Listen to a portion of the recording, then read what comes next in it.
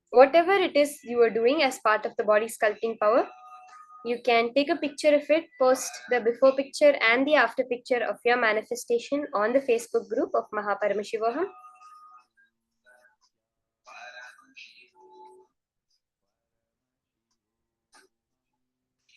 In the next session that we're going to be entering into, Swamiji is going to be revealing to us a very, very deep truth.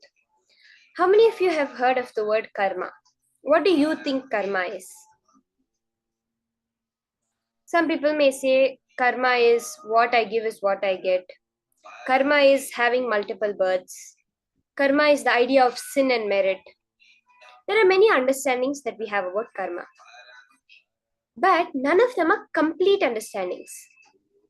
Now, in the next session, Swamiji is going to give us a complete understanding of what this law of karma is. Let's now hear about this from Swamiji.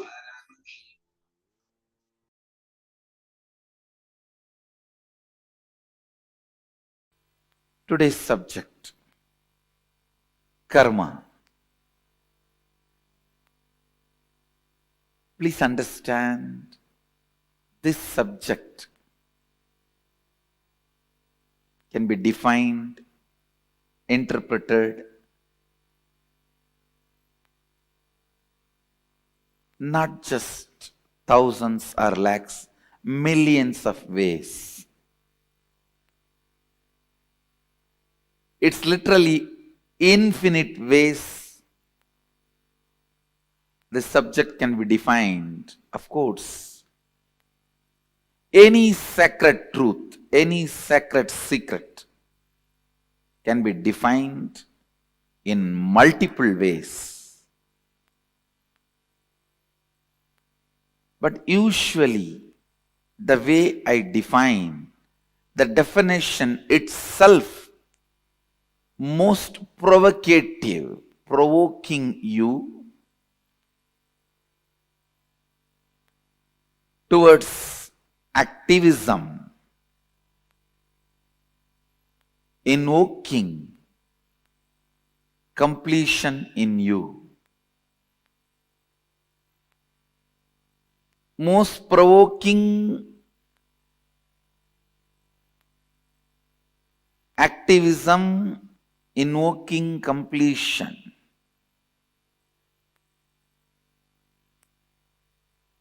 This is actually the definition of the way things should be defined. Definition of definition. How something should be defined. It should be provoking you towards the truth. It should be provoking you towards activism, towards truth. Understand, based on this definition of definitions, I'll define the word karma. Please listen. Listen carefully. Any thought current or thought pattern in which you are stuck is karma. Listen. The thought current or thought pattern, any thought current, any thought pattern in which you are stuck is karma. Stuck thought current, suffocating thought current, suffocating thought pattern, suffocating thought trend is karma. Apply this one line definition in any zone of your life or any dimension of your life. Health. Any idea you have, thought current you have, thought pattern you have, which is not bringing health in you, is karma. Wealth. Any thought current, any thought pattern you have, which is not bringing wealth, what you want to cause as your reality in your life is karma. Anything which is not letting you cause your reality, the stuck thought current which is not causing your reality is karma. Understand? It can be in the field of your relationships, in the field of your wants, in the field of your needs, in the field of your contentment, in the field of your completion, whatever may be the field, in any field, the thought current in which you are stuck, thought pattern in which you are stuck is karma. Listen. It may be a beautiful, profound, logically convincing theory which you read in a great spiritual book or heard from a great spiritual teacher. Anything which is not liberating you, anything in which you are stuck is karma. Please understand. You might have heard those theory, those belief, those truth from whoever it may be. You might have heard. You might have been thinking. You might have been analyzing. You might have read. You might have been internalizing. Any thought current which is not letting you cause your reality is karma.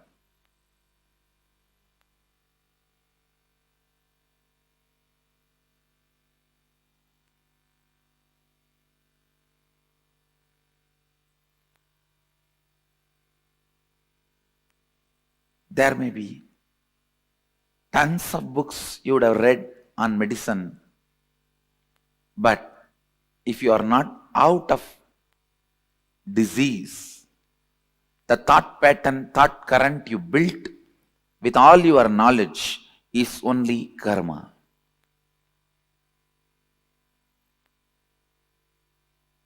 There may be tons of life solutions for every situations you may know, like completion with yourself, completion with others, authenticity, integrity, responsibility, enriching, listening. There may be tons of concepts you heard to cause your reality, but if it has not started happening, it is only karma for you. Listen.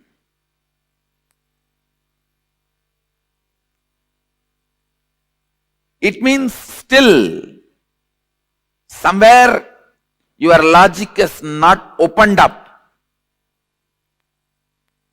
Any thought current which makes you feel stuck,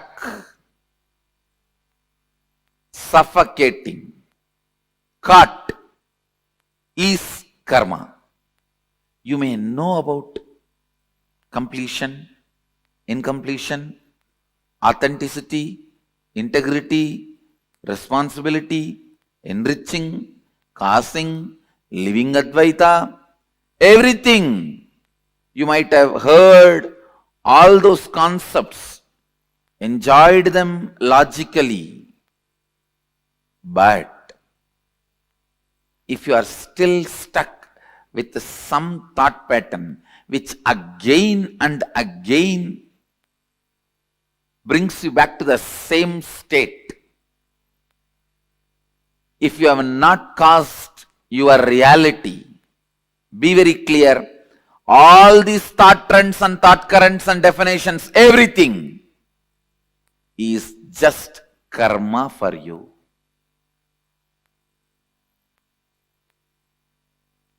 all the concepts.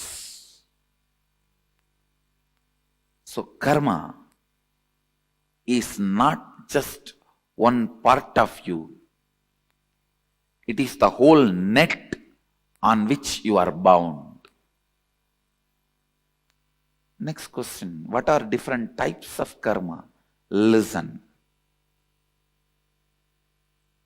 The thought pattern which you don't enjoy, which you already feel it is outdated and which is constantly suffocating you, shrinking you, is sanjita karma.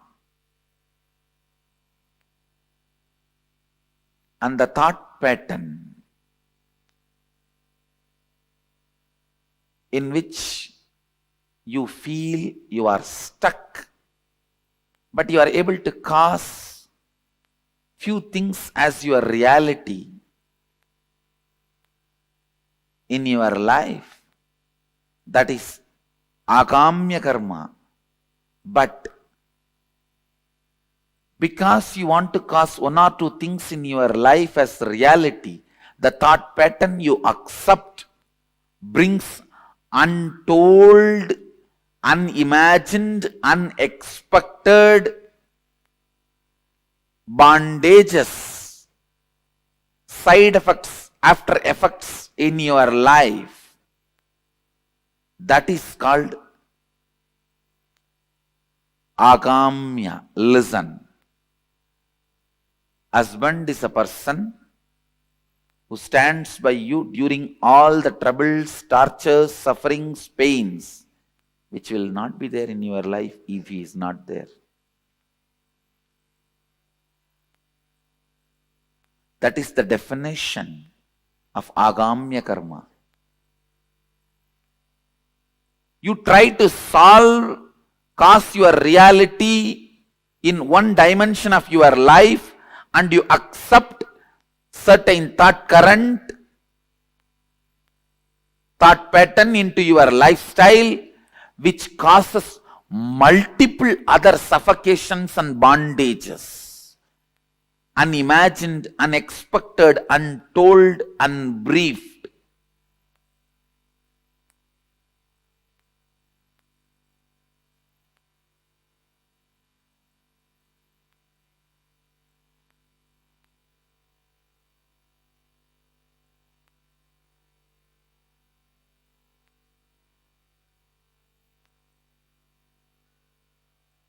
Understand?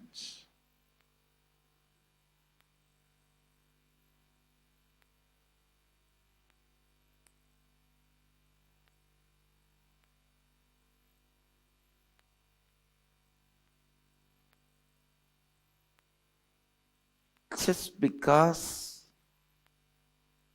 you want to own a home, sometimes you get stuck in the home for next 40 years paying your bank home loan.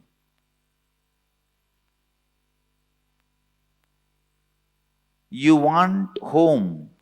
That's the reality you want to cause.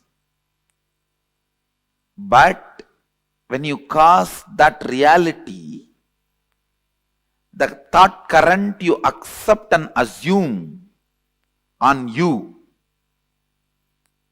the responsibility you bring upon you, can suffocate and bind you in unimagined, unexpected, untold, unseen multiple ways.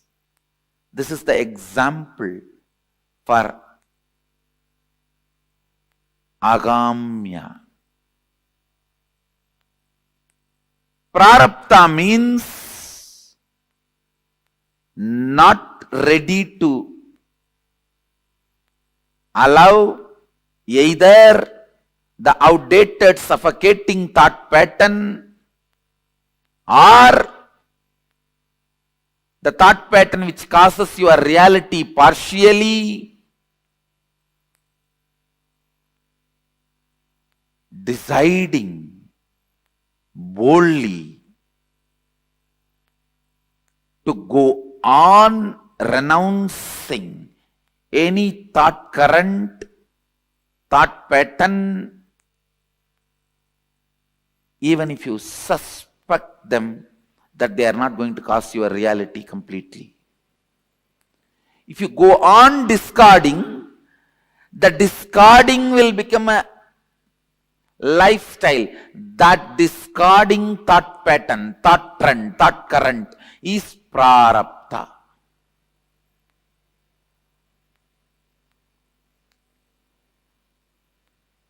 Means only exhausting.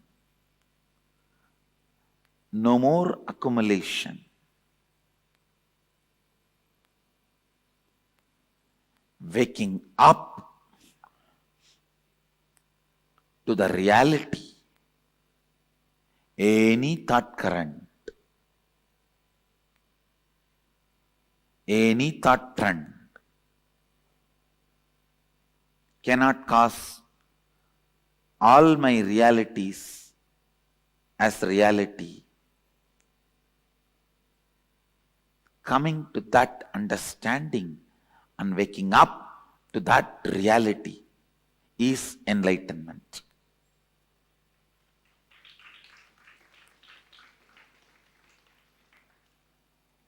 Not ready to be stuck in any thought current is the liberated thinking current. Not ready to revere, honor any thought current is liberated thinking current. Not ready to honor, revere any thought current is completion. Not ready to honor, accept, revere any thought current is perpetual completion. Not ready to accept any thought current as a lifestyle is perpetual completion.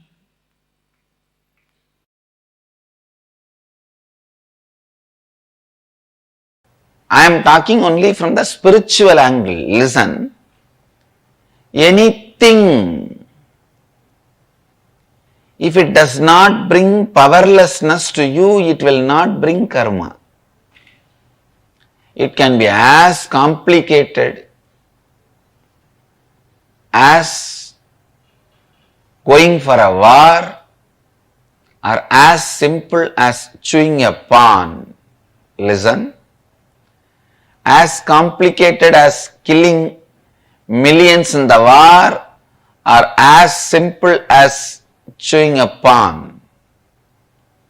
It can be anything, but it will not bring karma to you if it does not bring powerlessness to you.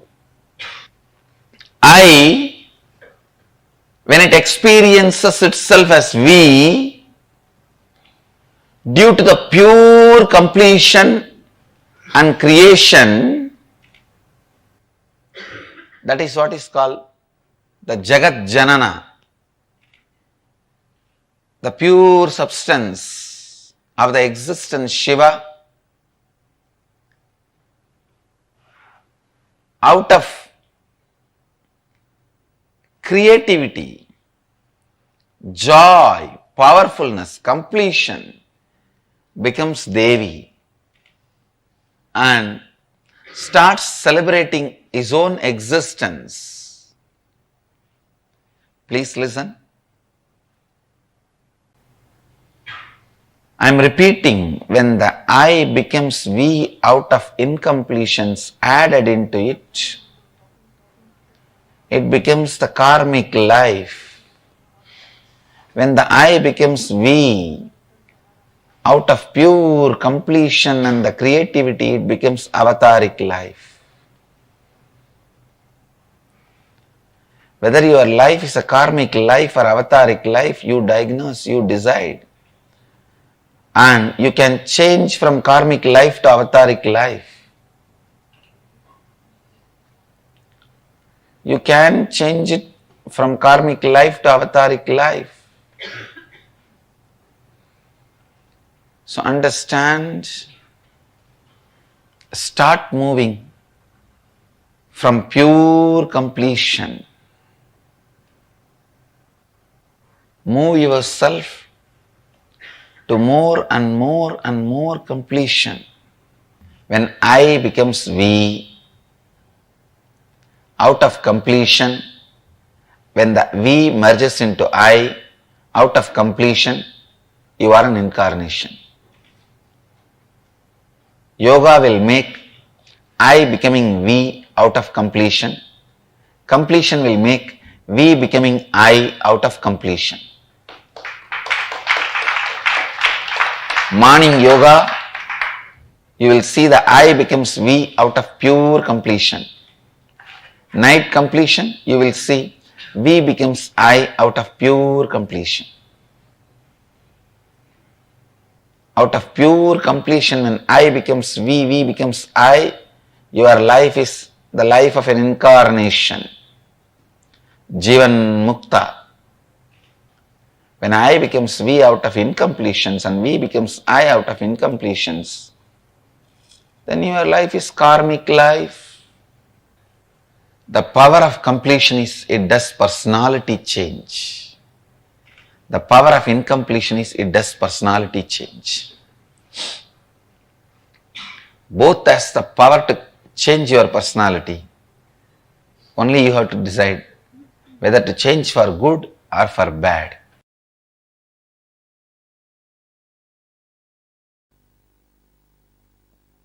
Karma is an unfulfilled action, unfulfilled engram.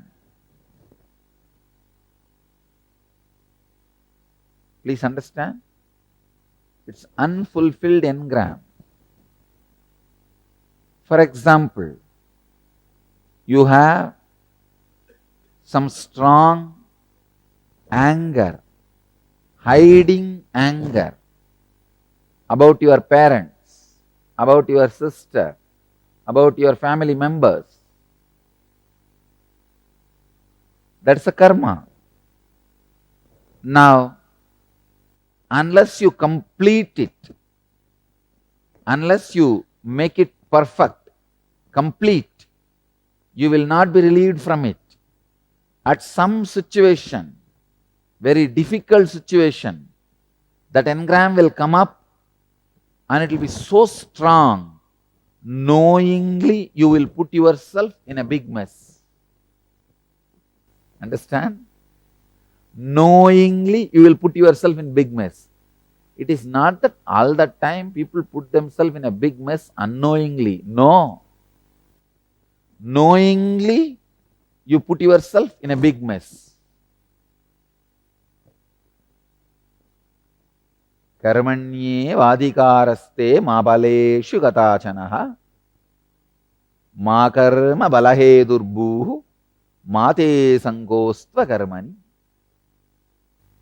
Uncompleted, incomplete karmas, when they are sitting in you, they will be so wild, so strong.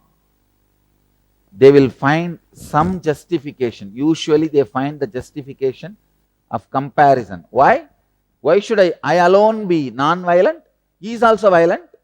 Let me be also violent. Only then I can protect myself. Understand?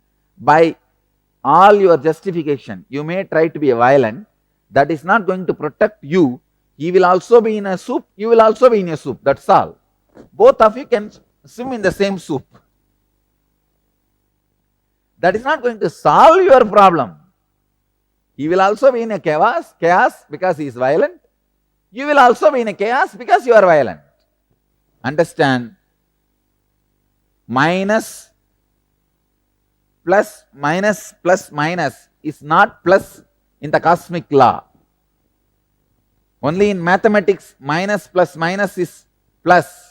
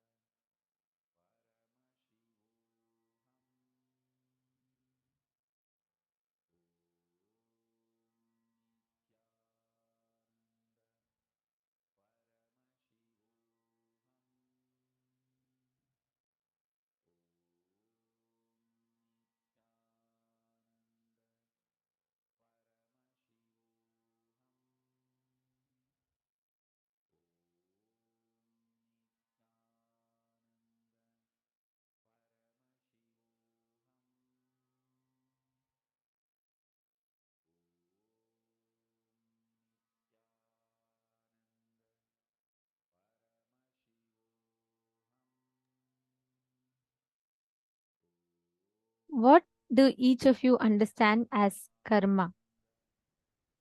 Karma, the law of the cosmos. Swamiji has so beautifully, I should say, redefined the very word karma. What does karma stand for? Now, can I request every one of you to post what do you all understand as karma?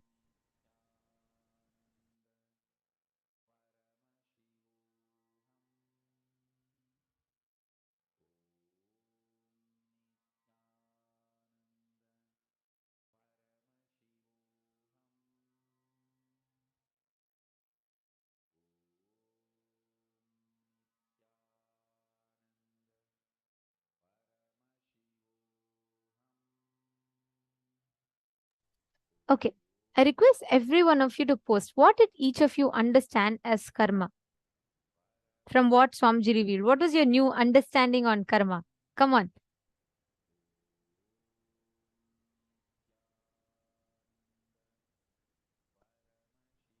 Okay.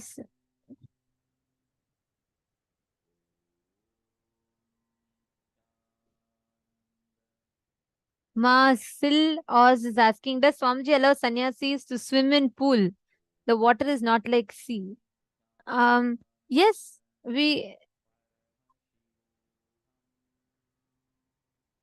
yes, ma, that's right. We are allowed to swim there. I mean, there's no restriction on that. We all can um swim, and we all have had lot of fun in yes, we actually have a very beautiful sarovar in Bidadi called the Vaidya Sarovar, and we all even enjoy there, have fun.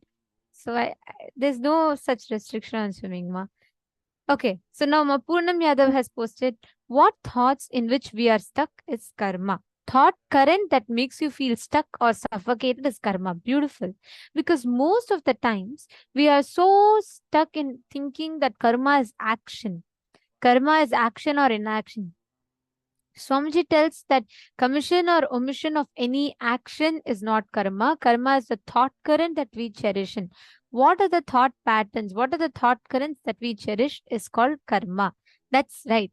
Actually, most of the one of the most common misconception of karma is we think that the action matters. That is why today so many people are trying to have these charity activities that they do, and they do a lot of these social services, though their context is not enriching. They just do it just to get some name and fame, and then they'll say, oh, let me get some good karma with it, let me also go do some charity, something this and that here and there. But Swamiji very beautifully busts the myth. Swamiji said karma is not just because you go pick up and donate a $500, $1,000, or $2,000. That is not going to give you good karma. Your action is not the one that will give you the karma.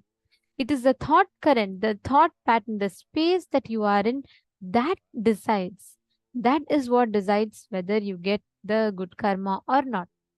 Let's say even a mother slapping a child. Let's say if a child is not listening and he's going to touch the fire, the mother comes and just slaps him so that he comes back and sits. That does not generate bad karma. It's not called violence because the thought current in which a person does, the intention with which a person does, that counts. That is what matters. Come on, everyone else, what did each of you understand?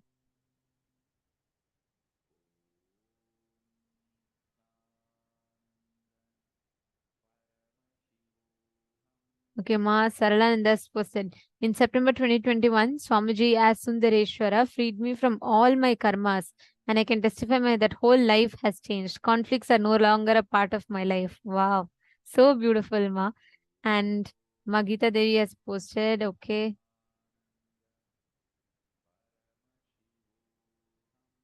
Very nice. See, this brings us to a very, very important understanding that we all need to have on karma. See, when we talk about karma, right, most of the time we are only speaking about the actions, and we are completely, leaving out the thought patterns that makes us take a particular action a certain way. And that is what Swamiji has completely redefined for us through this. the understanding of karma. And any thought current that you're stuck with, anything, whichever you're simply stuck, is going to add more and more karma to you.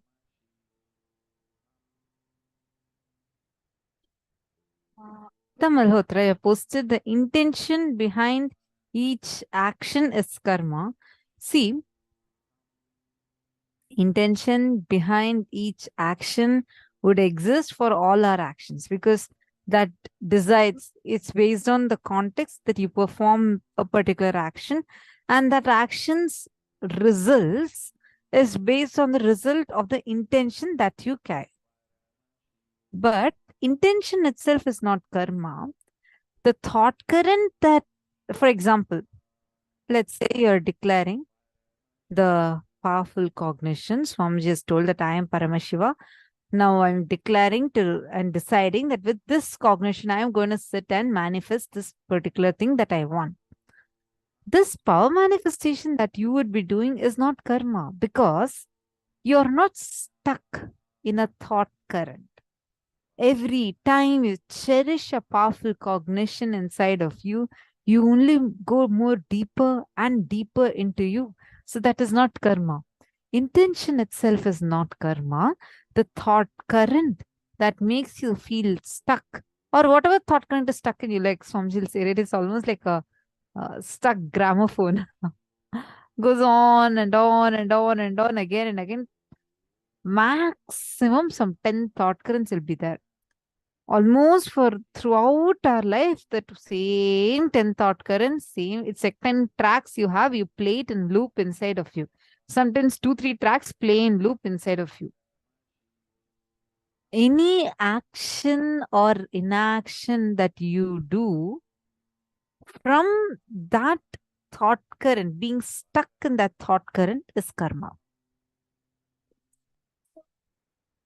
Intention, it is the thought current, and the thought, understanding the thought current is very important. That is why, like Swamiji will tell, even if you, let's say, even if you think what you're doing is so-called help, and you go and do it, try to make someone, who is a little like economically weaker than you or physically weaker than you, and you go and try to do something to them just to get some good name or just to look good in front of people. That is karma. Everything, the thought pattern, just to get some name, fame, all of that is karma. Poonam Yadav has posted, what thoughts in which we stuck is karma. See, Poonam Yadav, I'll give you an example. Let's say you're thinking right now, okay, I want to buy this house, I am not able to buy it, and look, I'm not in a good position to buy this house. Few days later, you're going to your job, and like you want to go to your job, and then you think that, oh God, I don't know what to do. My son is not doing well. He also needs a job, and I don't know. I'm not able to do it the way I want it. I'm just giving you an example. So now, in these two, if you see, the two thoughts are different. Am I right? This is a different thought. That's a different thought.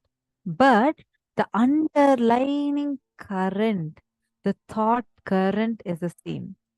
In the first situation number one, when you're not able to buy the house that you want to buy, inside you're stuck with the thought current, what to do? I'm so poor, or life will not manifest the way I want. All that time I have to only give up what I want. Same thought current, again, when it is coming as another different thought, like when it's coming to do with a job and your son, again you feel the same way. The thought current is not the same as a thought, but the underlying current from which the thought emerges. So even if you have different thoughts at different points, the underlying current, being stuck in that thought current, is karma. For example, you're going to a clothing store and you see, oh, I don't have a dress that fits me. And you're going to the restaurant and then you try eating. You feel like, oh, no, I can't eat this food. It's not I'm just giving you, saying this is karma or not karma, just trying to give you the thought and the thought current. Right? So if you see the first and second situation, the thoughts are independent. One is about clothes, one is about the food. But the underlying thought current is, okay, look, I'm little overweight and I don't think I can have this. I don't think I can have that. The feeling that you cherish inside you, or the thought current, the underlying thought current you cherish, is the karma. You're understanding, Ma Poonam? I just wanted to add this one word. It's not the thoughts, thought currents, feeling where you're stuck is karma. Karma, right? It is a game changer, because the way you cognize the many decisions you make is most commonly based on the misconceptions about karma. If you just apply this one line definition in any zone of your life or in any dimension of your life, you will master that area. The thought current or thought pattern, any thought current, any thought pattern in which you are stuck is karma. Stuck thought currents, suffocating thought currents, suffocating thought patterns, and suffocating thought trends is karma. Any thought current that you're stuck in. Now, just see in your life, where all are you stuck? For example, you want to manifest a good job, but you're stuck. You're stuck because you need some help in finding the right jobs. You're stuck because someone is not supporting you in doing your job. It could be any reason, but you are stuck. Look back in your life and see what makes you feel stuck in each of the places. What exactly makes you feel stuck in each of those situations in life?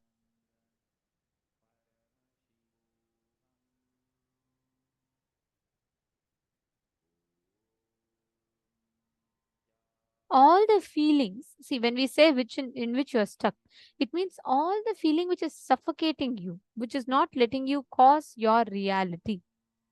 Pen them down.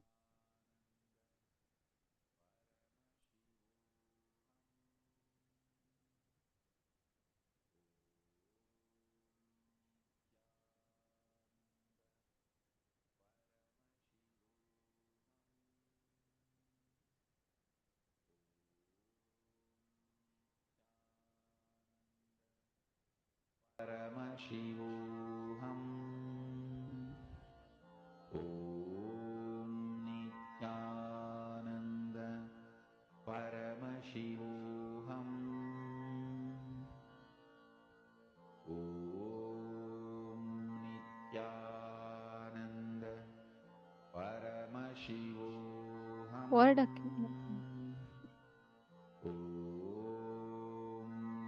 Nithyananda Paramashivoham.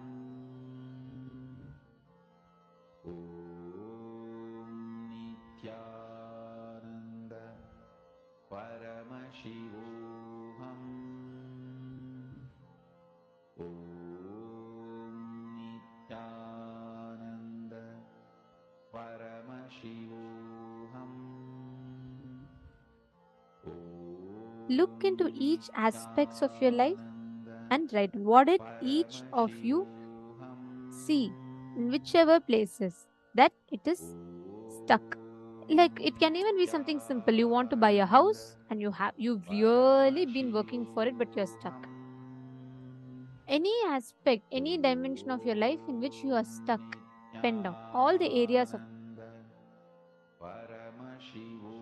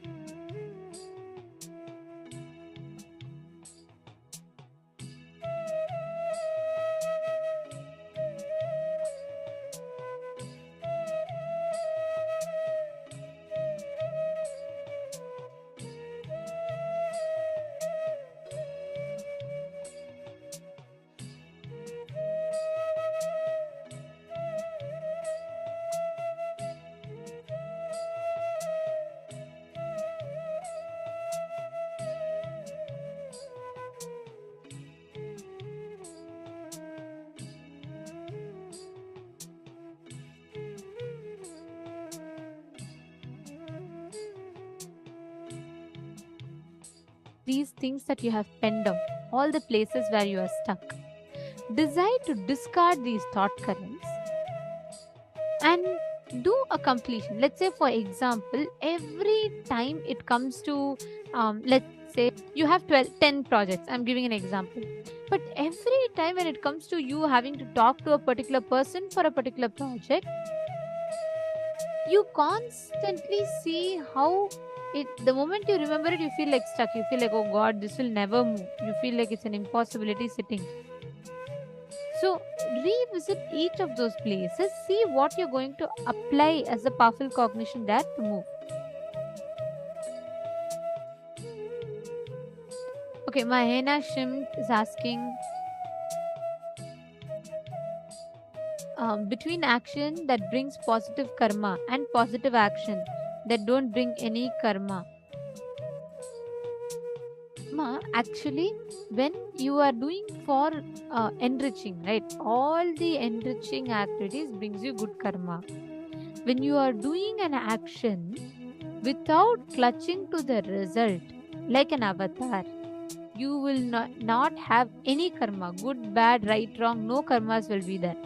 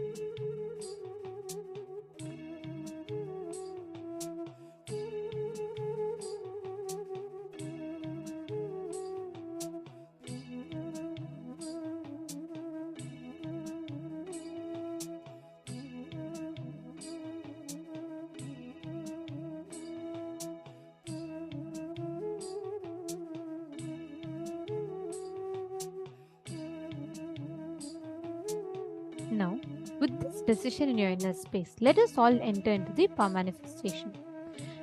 Don't stick either to the actions or to the fruit of the actions.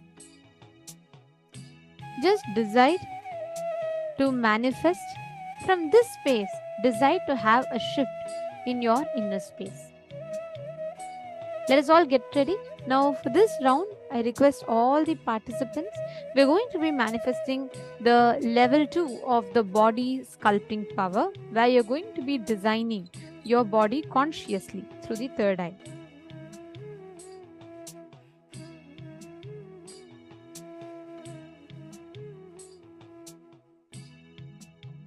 Now, in this round, I request all the participants, you're going to be healing any scars or acne in your body. And understand, this means you will literally consciously, anywhere where you have an acne, apply the same principle. Don't stick to the results, don't stick to the actions or the results. Just decide consciously, and with that decision, manifest. I request every one of you, choose any one particular area of your body which you want to heal. It could be, let's say, your hand or your face. Even if you want to heal an acne scar from your face, you can look at the mirror and heal. So you're just consciously going to bring your entire awareness to that particular part of your body. Direct all the energy towards that particular part of your body. Let us start. Mahavakya. Nityananda Paramashivoham. Om Nityananda Paramashivoham. Om Nityananda Paramashivoham. Om Nityananda Paramashivoham. Om Nityananda Paramashivoham. Om Nityananda Paramashivoham. Om Nityananda Paramashivoham. Om Nityananda Paramashivoham. Om Nityananda Paramashivoham. Om Nityananda Paramashivoham. Om Nityananda Paramashivoham. Om Nityananda Paramashivoham. Om Nityananda Paramashivoham. Om Nityananda Paramashivoham.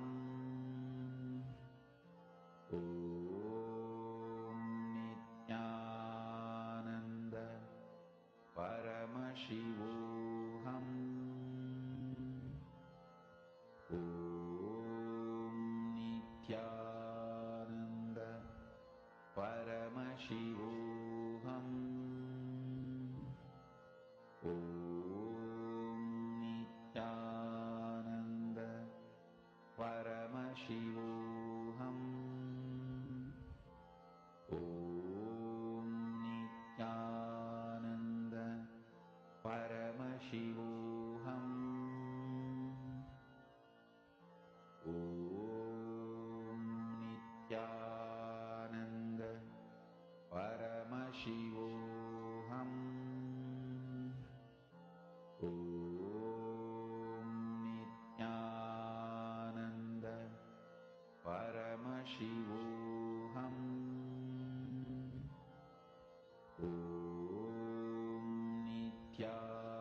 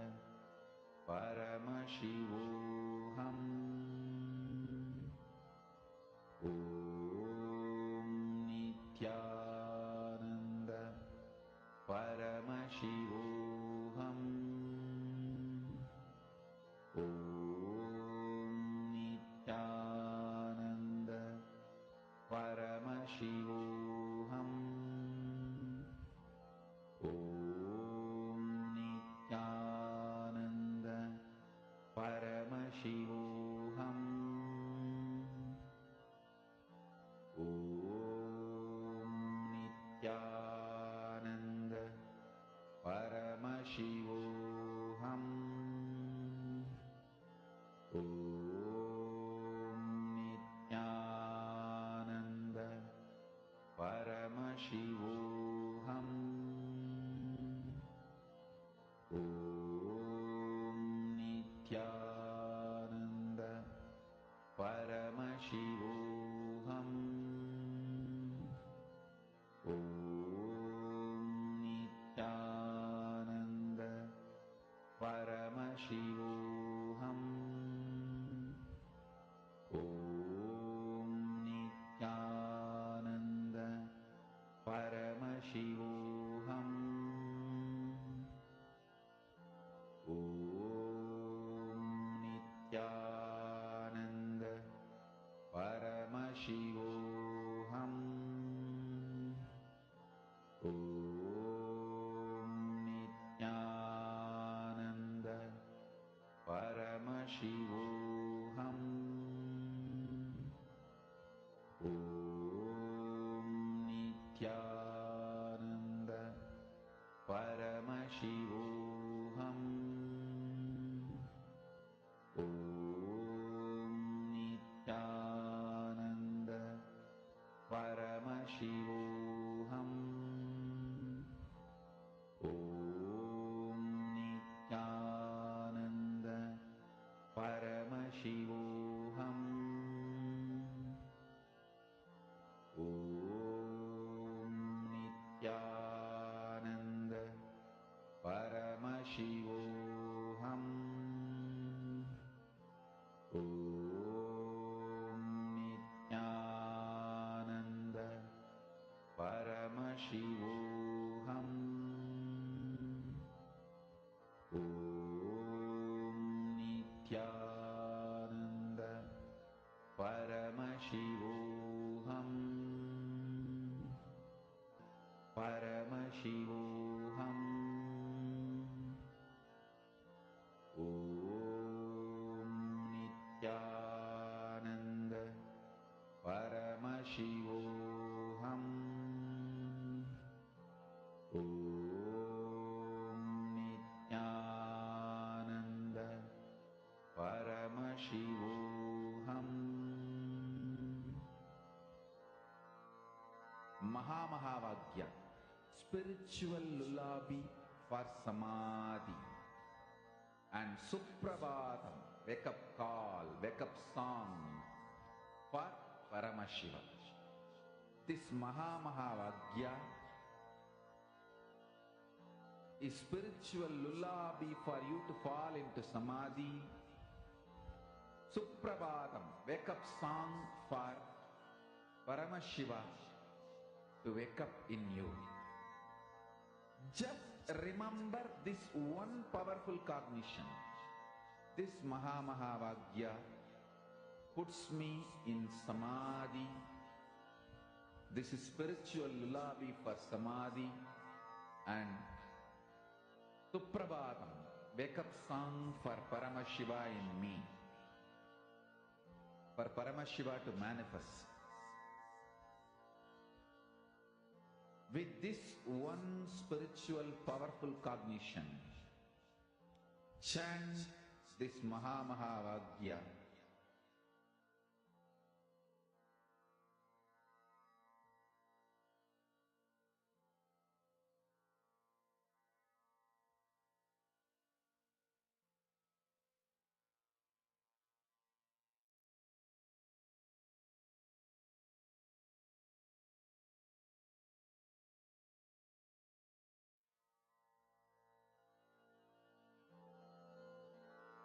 Mahamahavaagya, spiritual lullaby for samadhi, and Suprabhatam, wake up call, wake up song for Paramashiva.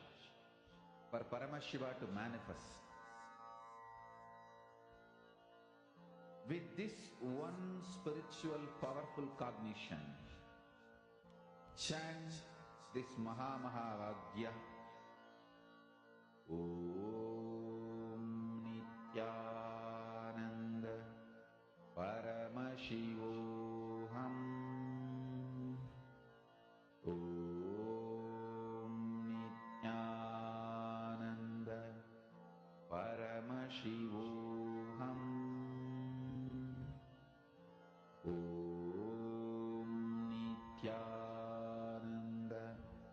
Paramashivoham. Om Nithyananda Paramashivoham. Om Nithyananda Paramashivoham. Om Nithyananda Paramashivoham. Om Nithyananda Paramashivoham. Om Nithyananda Paramashivoham. Om Nithyananda Paramashivoham. Om Nithyananda Paramashivoham. Om Nithyananda Paramashivoham. Om Nithyananda Paramashivoham. Om Nithyananda Paramashivoham. Om Nithyananda Paramashivoham. Om Nithyananda Paramashivoham. Om Nithyananda Paramashivoham. Om Nithyananda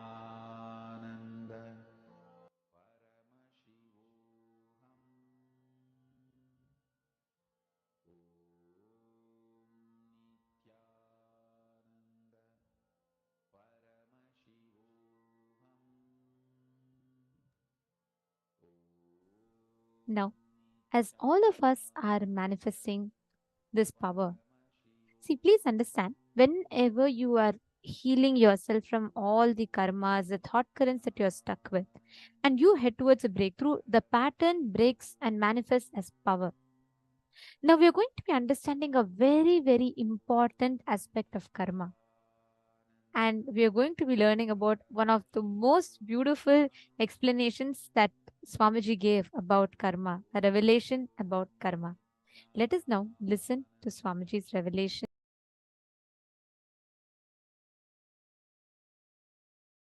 I'll just explain precisely the process I'm going to do. From the time you are born, your whole past, listen, from your date of birth until this moment, your whole past has left its imprint on your internal organs. Are you all clear about this statement? From the time your body is born, I should not even say date of birth, from the time your mother conceived you, from that moment till now, your whole past is stored. Its imprint is recorded in your internal organs. And from the time you remembered yourself as an individual consciousness, means from the time of amoeba till now, your whole life past, not this birth's past, whole life past is stored in your intra-organ. Understand the first statement? First statement, from the time your body is conceived, in this birth, till this moment, your past is recorded in your internal organs. From the time your very life happened, means fish birth, or the time you remembered your individual consciousness as a single cell amoeba, or as a fish, or as a tortoise, from the time life happened in you, from that moment till now, all the impacts of all your past births is in your intra-organ, not internal, intra-organ. That's what we call Sanjita, the whole collection.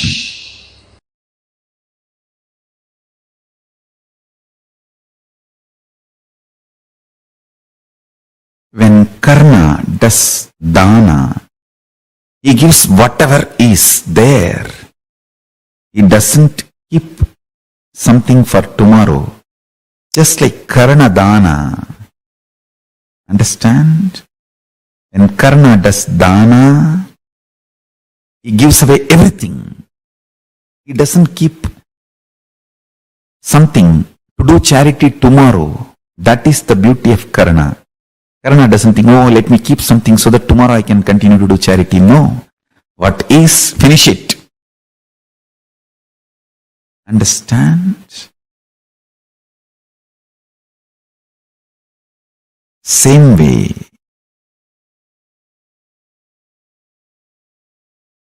if you declare consciously within you, let me live enlightened life from this moment,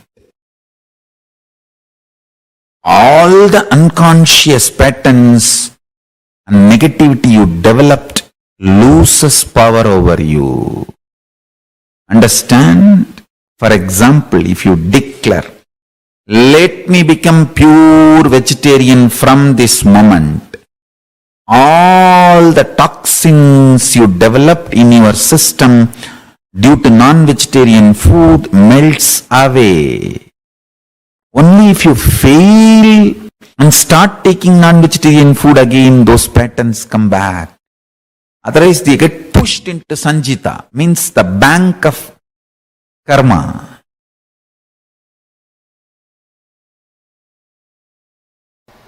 For the right strategy to happen in you, you need to be informed of these basic truths. Sarvam Brahmopanishatam. Everything exists is consciousness.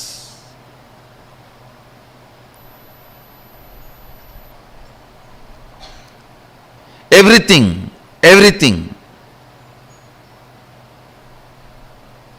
exists is consciousness. I still remember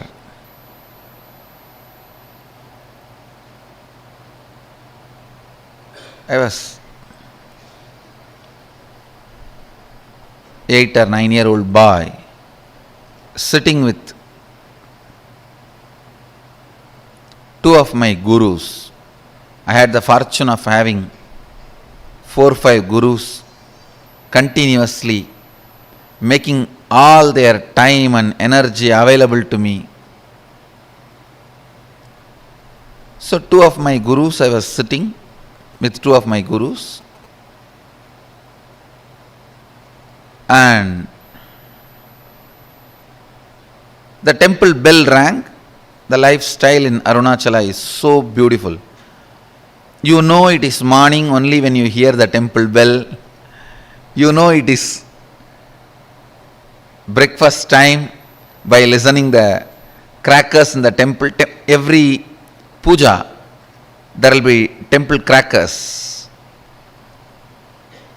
All the 6 pujas, there will be temple crackers. Only listening to that sound we know the time. So the temple bell rang, means Nevedyam, the food is being offered to Sadashiva. Both my gurus immediately looked at me and said, go and bring the prasadam. After the Nivedyam is done, it will be given to all the devotees. It will be shared with all the devotees. They both were sitting in one corner and asked me, go and bring.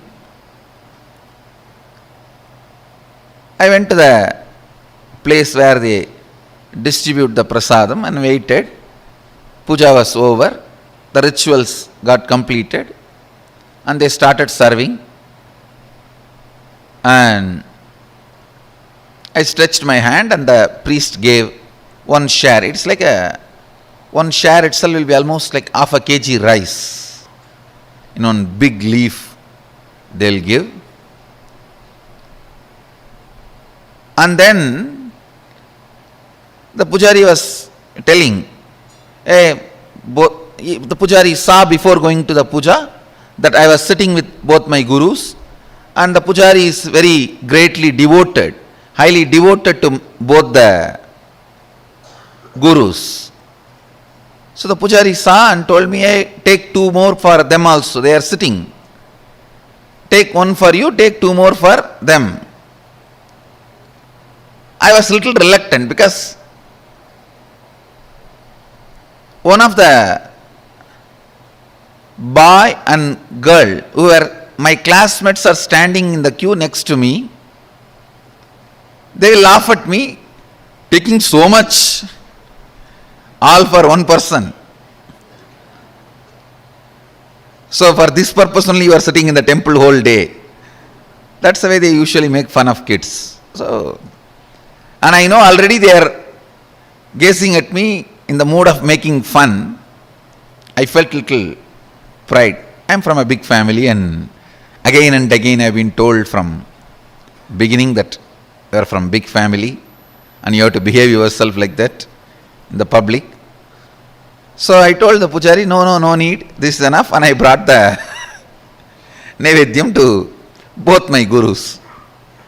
They asked, hey, where is our share? Did the pujari not give? As if they both eat. Actually, both the fellows doesn't eat anything.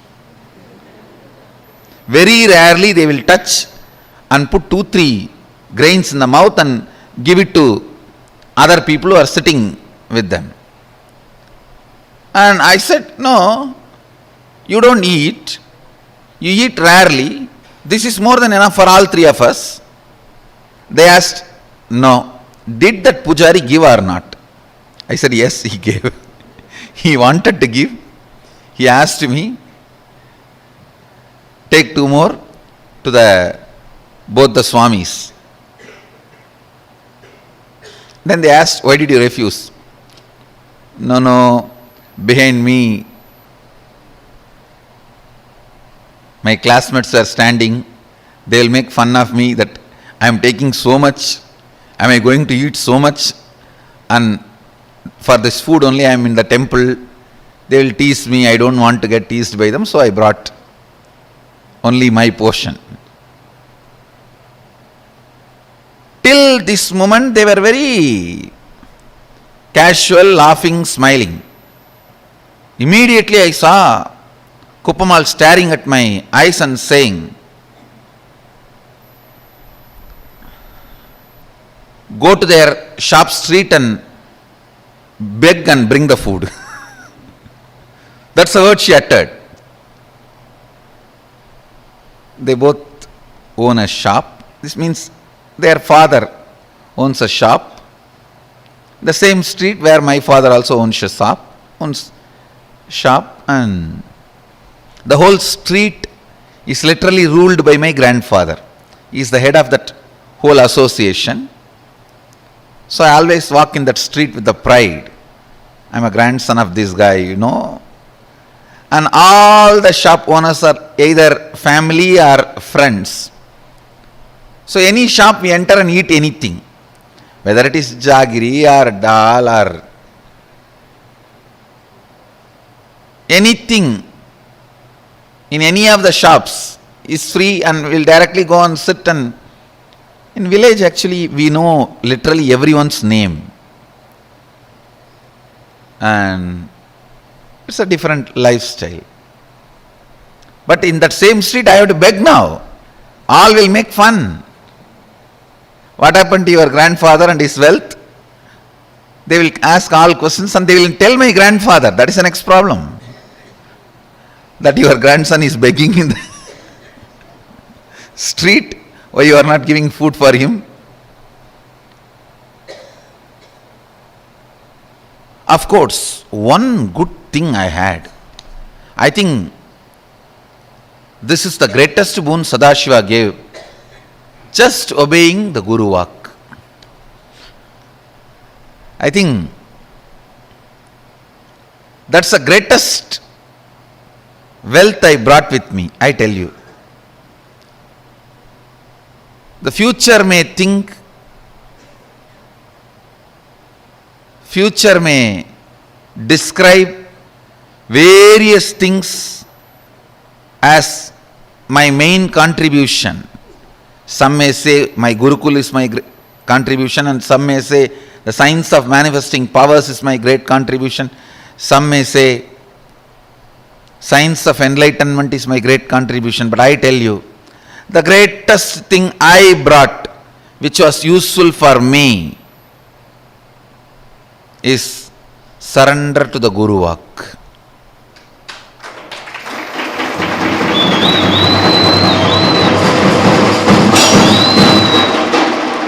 If any of you feel in a very short span, in a very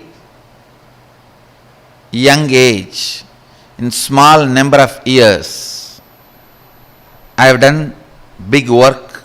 Whoever feels, if you feel that, if you want to know the secret, I tell you,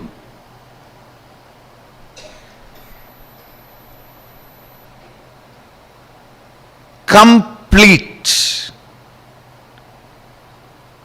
surrender to the Guru Vak, to the letter and spirit, that reduced lot of time wastage.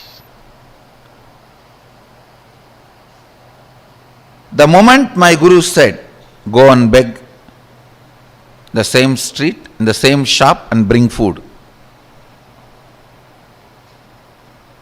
I know now it is a serious. It's not casual. It's not fun anymore. It means I have done something out of my pattern or out of the context which my masters are correcting. I tell you, I stood up, straight went to that street, begged and brought whatever I got. Naturally, all friends, family, they all gave so many things. I have to take a small pulling cart. In villages, there will not be rickshaw, the hand-pulled cart. So I have to hire a small hand-pulled cart to bring all the items I got as bhiksha to my Guru.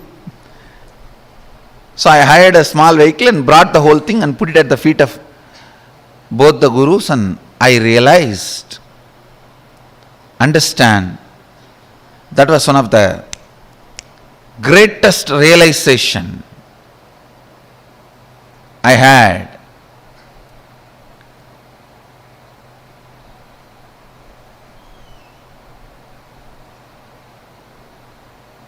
I should not be bothered about imaginary opinions of others. I tell you, the liberation that happened at that moment is still now useful for me.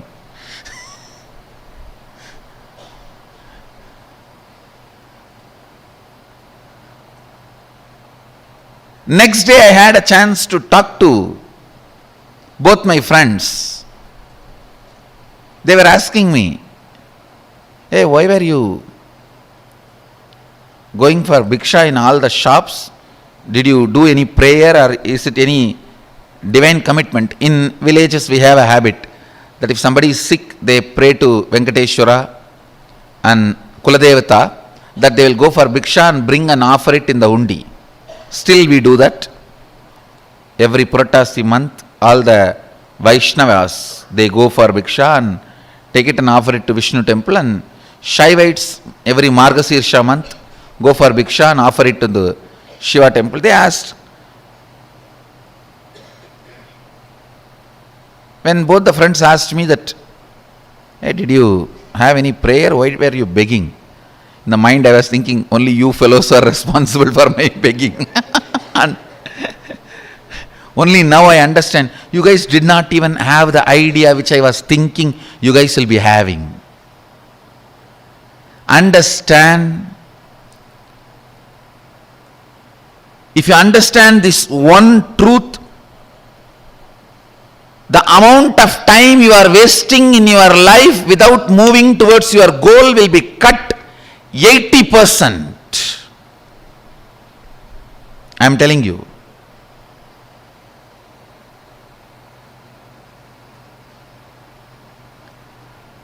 My idea that this is what they will be thinking, even though they are not thinking, and even if they are thinking, that should not be postponing or pushing my decisions and my actions.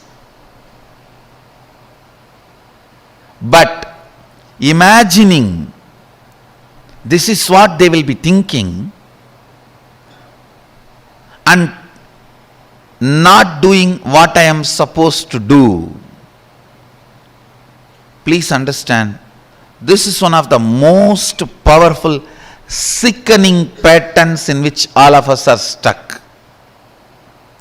Sickening pattern.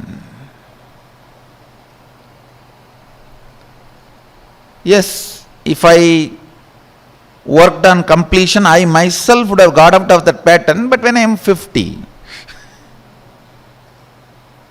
fortunately, I had that implicit surrender to Guru Vak. It only took 50 minutes for me to get out.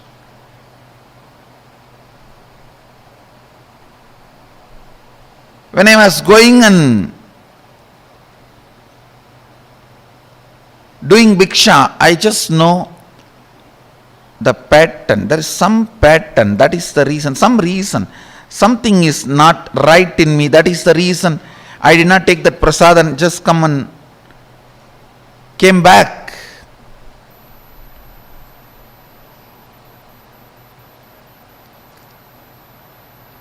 Not taking the temple prasad and coming back is too small act. It's not a big thing.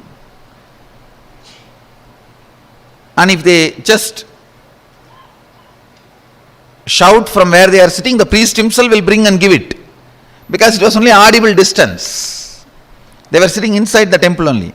They could have shouted, hey, get the Nivedyam, and he would have came and given. The act is too small, but they know the reason is too bad.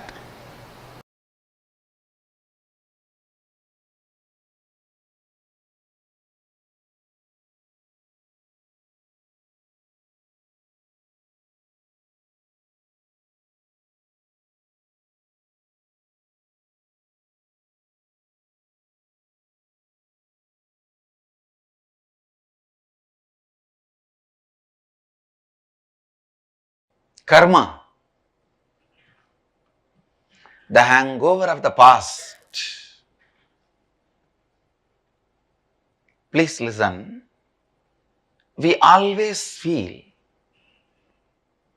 whenever we start anything, things are impossible because in the past we failed. But we forget why we failed in the past. We may not have had intelligence. We may not have had what all is required. Because we did not have whatever is required and we fail, does not mean we are going to fail forever. But unfortunately, illogical belief of impossibility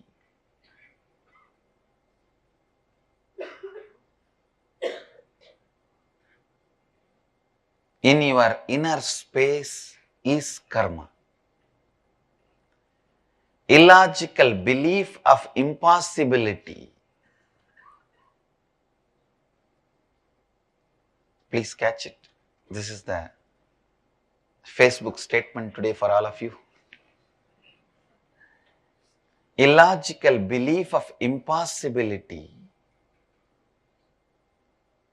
is karma. In your inner space, illogical belief of impossibility, when it becomes pattern, that is karma. If you build self-doubt, when you grow up, you are like Dhritarashtra. Developing self-doubt in course of growing up is accumulating the karma, agamya.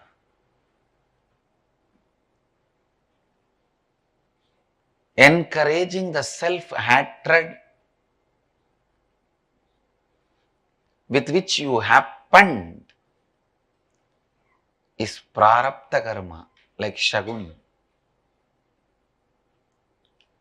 Coming down to the human body with a self-denial is sanjita karma, like Duryodhana. Understand? Self-denial is given birth by self-doubt and nourished, nurtured by self-hatred. All impossibility is combination of these three.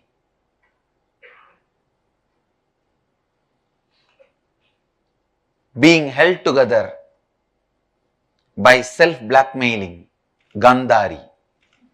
Gandhari held all the three together. Dhritarashtra, Shaguni, Duryodhana, because she is blood relative of all three.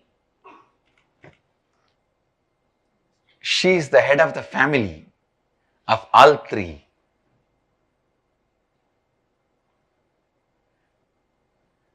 The self-blackmailing pattern. Gandhari keeps Dhritarashtra, Shaguni, Duryodhana together. If Gandhari was not there, at least Shaguni would not have stayed with Duryodhana. Dhritarashtra would not have allowed Shaguni to stay.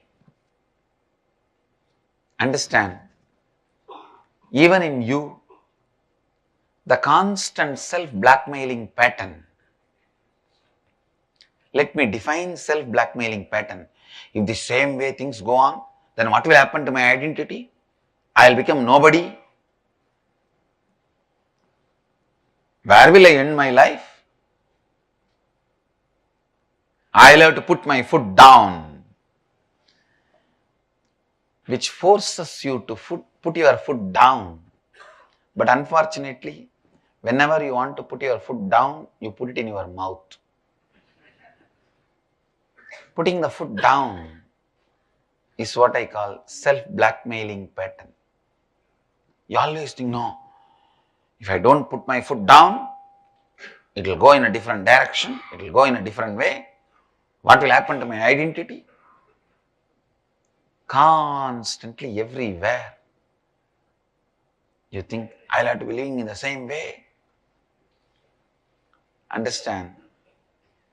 Nothing needs to be lived in the same way. You don't need to worry. Self-doubt, self-hatred, self-denial, held together by self-blackmailing pattern, leads to destruction.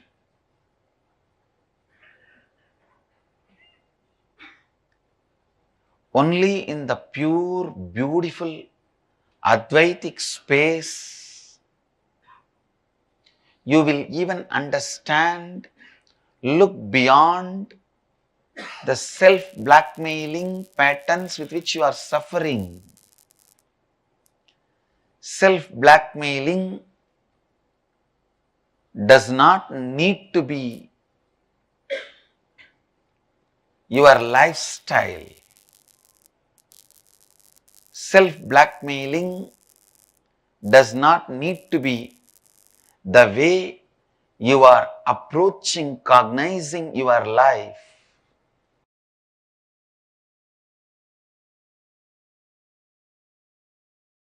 Paramashiva's message directly from Kailasa. Truths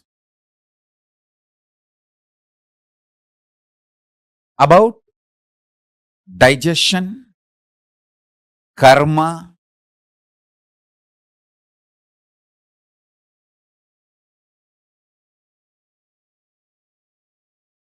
not just liberates you from millions of your patterns, the patterns are converted to power. Understand?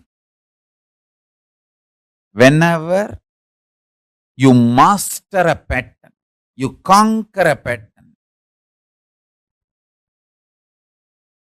you demonstrate your powerfulness to your pattern, the pattern gets converted into power.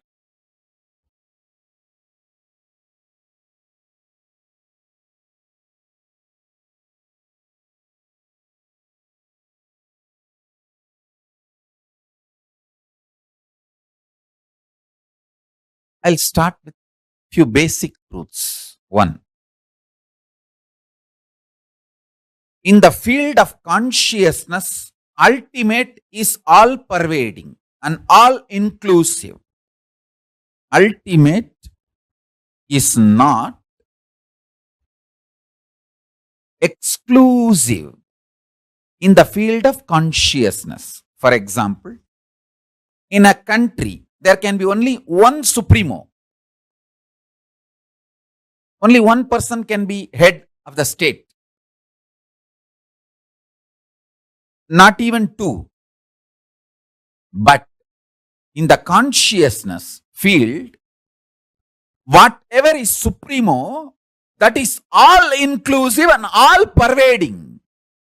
There is no exclusivity. You can't say there can be only one supreme. Pushing our ideas based on politics and this world's reality into the plane of consciousness and trying to say the Supreme God is also one is the human stupidity and peak of delusion. But actually in the field of consciousness, the supreme is oneness. It is all inclusive. It is all inclusive. Listen.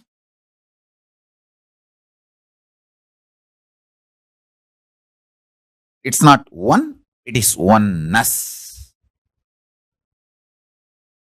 When Arunagiri Yogeshwara showed me, actually I asked him, show me the ultimate.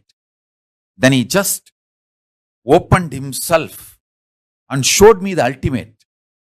Then in that same experience, he hugged me. I could see when he moved his hand, the Arunachaleshwara Garbhamandir and Arunachala Hill. Arunachala Hill was on his left hand side. Arunachaleshwara Garbhamandir was on his right hand side. The whole thing just hugged me. That idea, me, he, Arunachaleshwara Garbhamandir, Arunachaleshwara Hill, all that got dissolved in oneness. I asked him to show the ultimate. He showed ultimate is always oneness. It is not one. It is oneness. So understand this truth. if you experience ultimate, you have everything. Nothing is left. Everything is in that ultimate. So remember this basic truth. Now understand the next truth. The digestion system you are having physically is the most beautiful, most complex, most wonderful, greatest,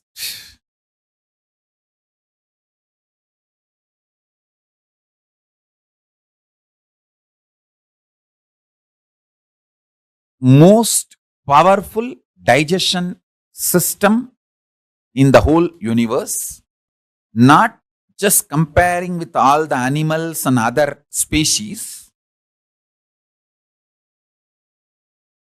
because only the human digestion system, the digestion system you are having in the human body, is capable of digesting your muscle memory, biomemory, karmas. Listen. The food inside your stomach can be considered as a physical karma. Memories in your muscle memory based on your habits, patterns, that can be called as muscle memory. Memories in your biomemory, which forms your obsessive compulsive reactionary patterns.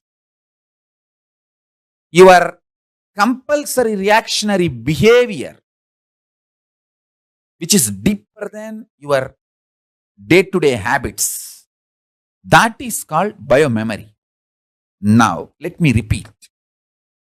Only the digestion system human beings have is capable of digesting not just physical food you eat, it is capable of digesting even your muscle memories, biomemories, and the very karmas your consciousness, individual self carries when you enter this life. This is direct revelation from Paramashiva. Please listen intensely.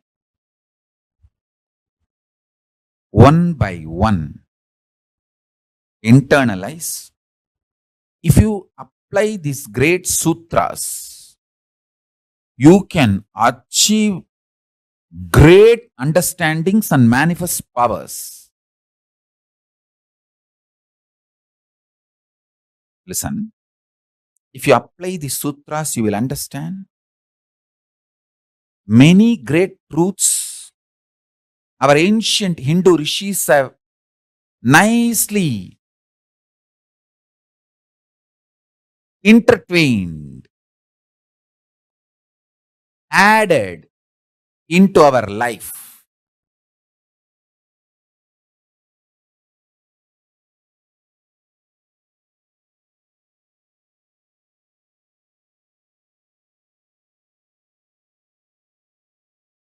Once I asked Isaki Swamigal,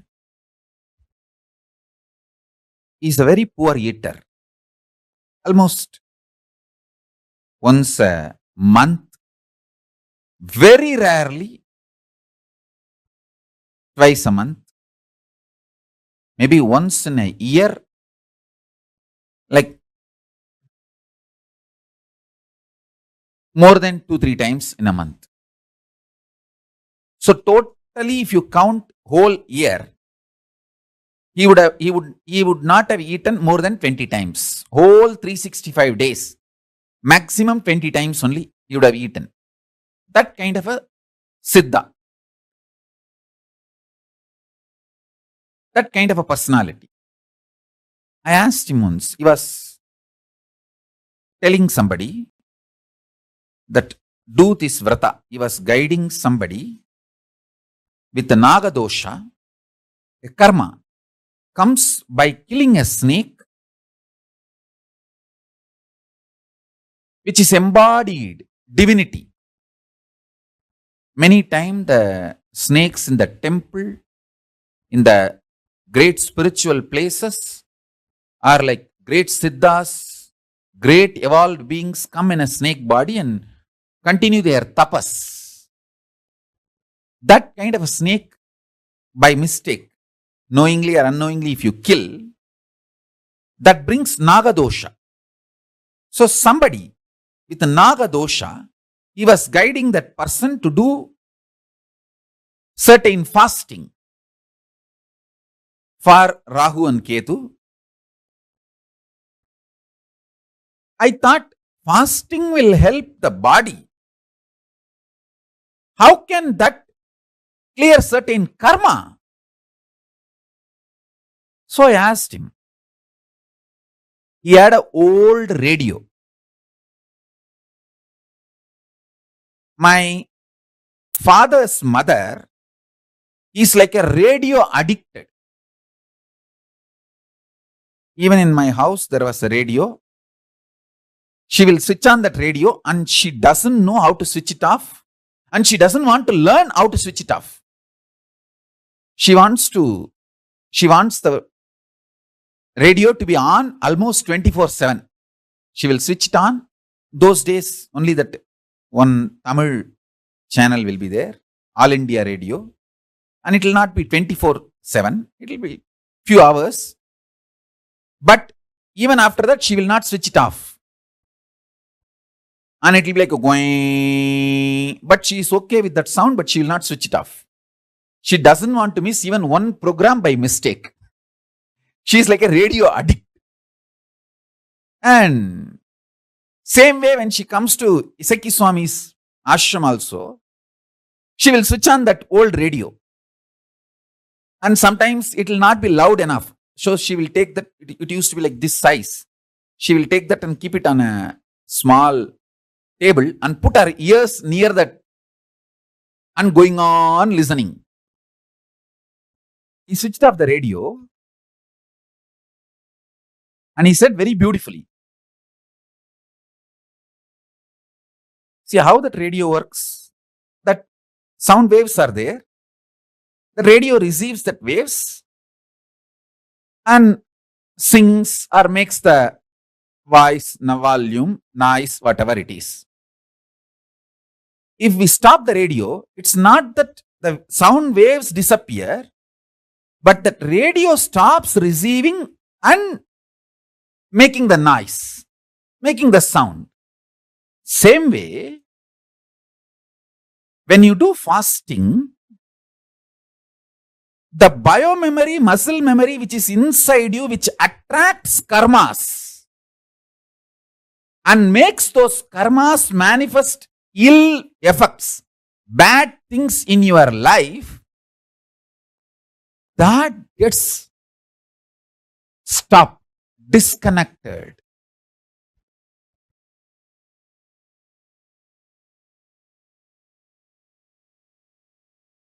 Listen.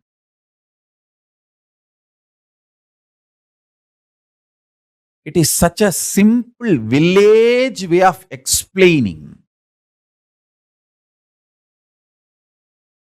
He said, when the radio is switched off, it's not that the waves are not there, but the radio is not picking up that wave anymore and making noise. Same way,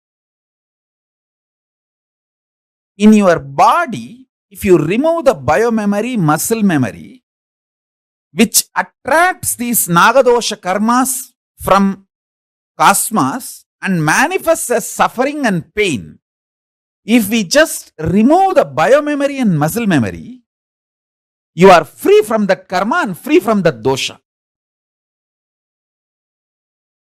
I tell you, Krishna says beautifully in the Gita, Svalpamapyasya dharmasya trayate mahato bhayat. Even if you practice little bit of this dharma, great mountainous sufferings will melt down and disappear. This is the secret. Digestion, karma, kayakalpa, immortality. The sacred secret revelations about these four principles: digestion, karma, kayakalpa, immortality. The great sacred secret revelations about these four principles is the message from Paramashiva directly from Kailasa to all. Now listen one by one. Digestion of karmas leads to kaya kalpa and immortality. Cognizing you are immortal makes your body enter into the space of kaya kalpa and digest all your karmas. Undigestion of karma pulls you down from the state of immortality and kayakalpa down to the state normal human beings exist with life and death. Karma, understood from the cognition of immortality, leads to kayakalpa of your body and makes you experience the digestion of all karmas.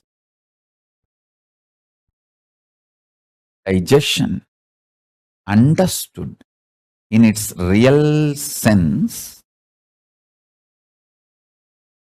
digests all your karmas, and ordinary kaya makes kaya kalpa dega for you and makes you immortal.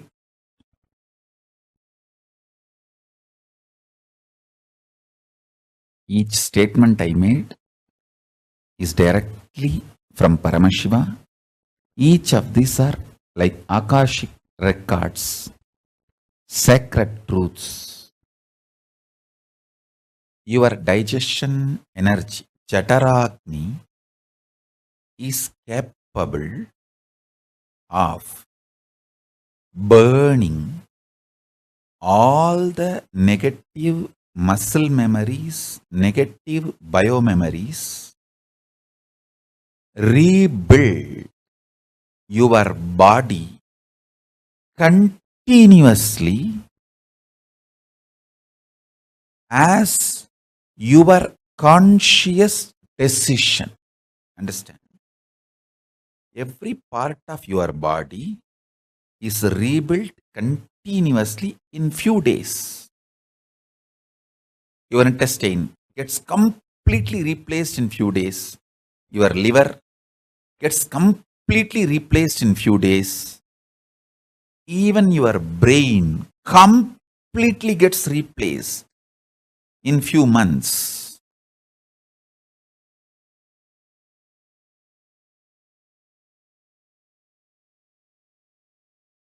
I'll give you one simple example, one incident in my own life.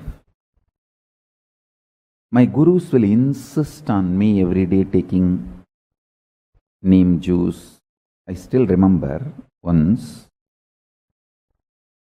he did not, my Guru Raghupati Yogi, Yogananda Puri, he did not let me eat almost for 5-6 days. Maybe it was the 6th day, he did not give me food, and whenever he says I should not eat, my mother also won't give food. My mother and he was such wonderful nexus, I should say. My mother is such a sweet, compassionate person, but so dedicated to my enlightenment, and the process, my gurus were doing it for me, and my gurus used to tell that they are preparing my body not only to be a yogi and live long life, healthy life, and the way they prepared my body, they said very clearly that even if after I leave the body, it will not go through any of the regular dead bodies decays. How the dead bodies go through decays, the natural decaying happening, my gurus have clearly declared that my body, even after I leave the body, will not go through any of the natural decay. It will just be a naturally mummified body. Of course, I did not understand all that at that time, and he used to tell me that that is why so much preparation we are doing. Not only no one can poison you, even if they poison your body, you will not die, you will only detox and automatically cleanse your body by its own strength, and you will live healthy as long as you want. And even after you leave the body, it will not go through any regular decay. It will just be like Jiva Samadhi, sitting in Jiva Samadhi. Anyhow, he did not let me eat for almost 5-6 days, and not only that, he was feeding me with neem juice.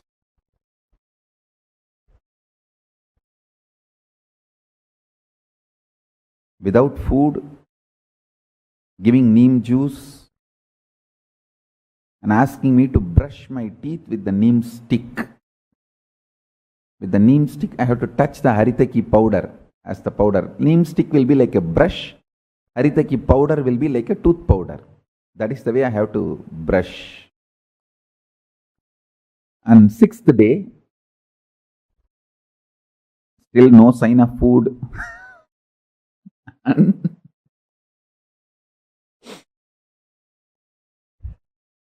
again, neem juice.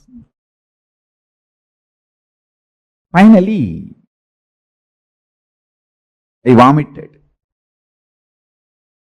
Nothing came out, just that neem juice which he fed me, that only came out.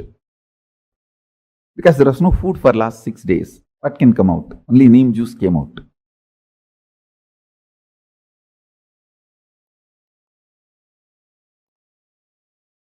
And after checking the color, he said, yes.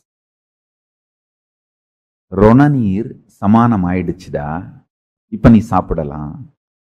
It means the acid which is there in our body, which is responsible for balancing the hunger, which creates the feeling of hunger, or which creates the feeling of satisfaction. The Ronanir Samanam. That Ronanir, I don't know exact English translation of that word Ronanir. The Ronanir is not just a chemical. When it is in the body, it is a living organism which can be programmed. It means like it's like it has its own biomemory. So, that decides the signal of hunger, signal of satisfaction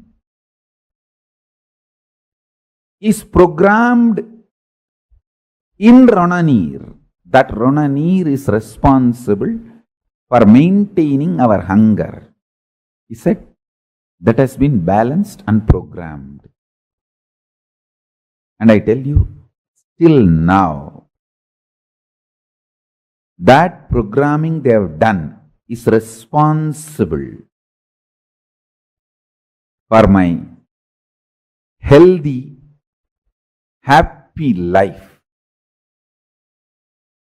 As I said, 42 can sit in Padmasana, no spare parts required, spectacles or teeth, nothing, no spare parts required, internal or external, happy, healthy, 20 hours a day I can do my work. No medicines, no hospital visits, nothing.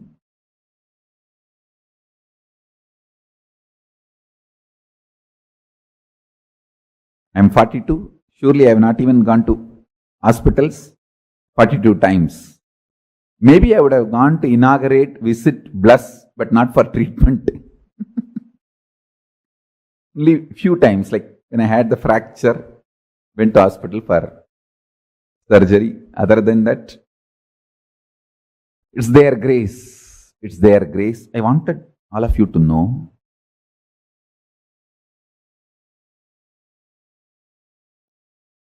balancing of the Ronanir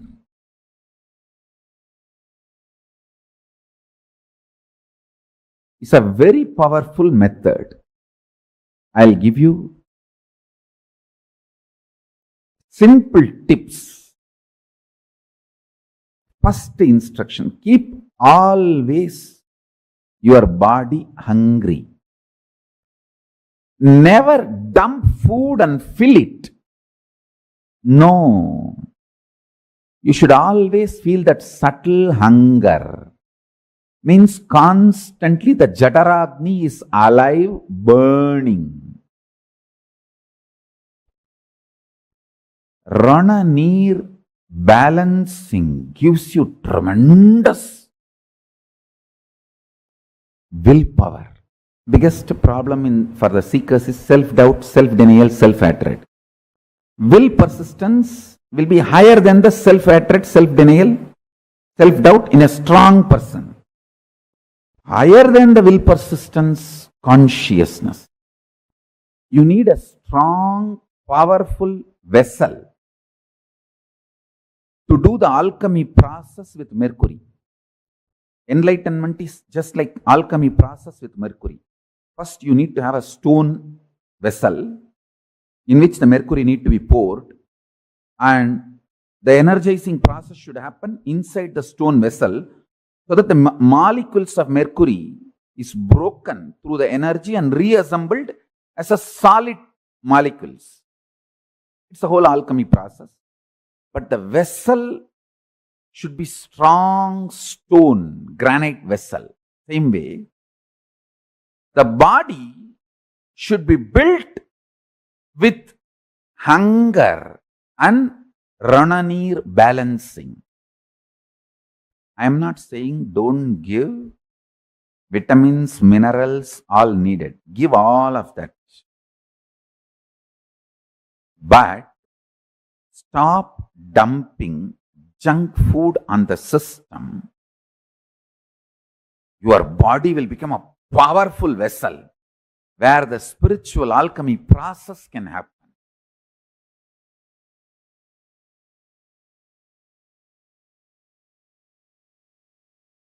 Yajnavalkya Smriti says beautifully, the best detox, Kala, Agni, Karma, Mrit, Vayu, Mano, Jnanam, Tapo, Jalam, Paschatapaha, Niraharaha, Sarve, Ami, Tuttihetavaha.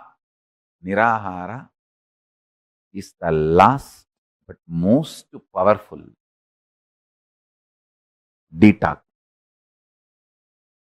Work on the body. Work on your body intensely by more and more nirahara. Keep yourself hungry. Whole day you should feel the fire of hunger.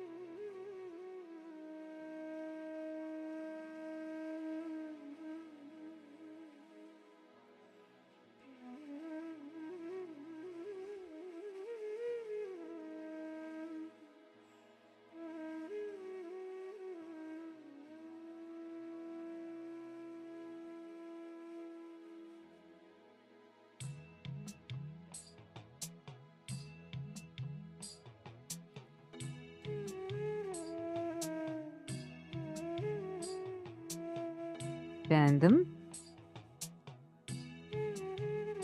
So beautifully, Swamiji revealed about dietitian, karma, kaya kalpa, and immortality. What are the clicks that each of you had? I request all of you to post it. What are the clicks that you had?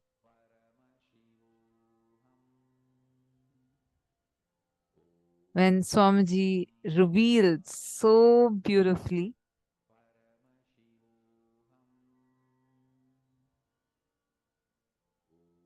oh my God, in multiple levels, especially when Swamiji explained to us about how this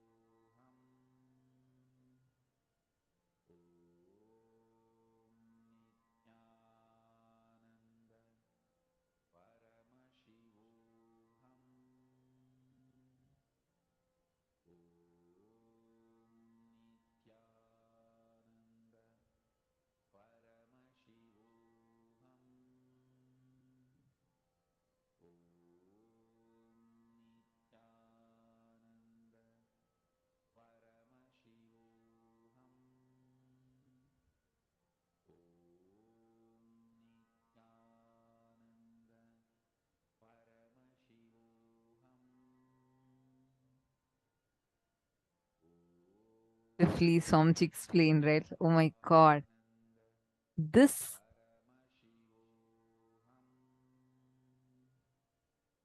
Magita Devi is asking, is there past life or janmas, karmas that follows us? Ma? Yes.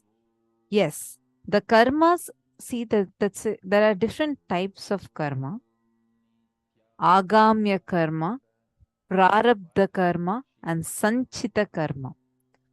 So, in that, agamya karma is the karma that you are bringing from your past life to your present life to ensure you exhaust those karmas in this birth.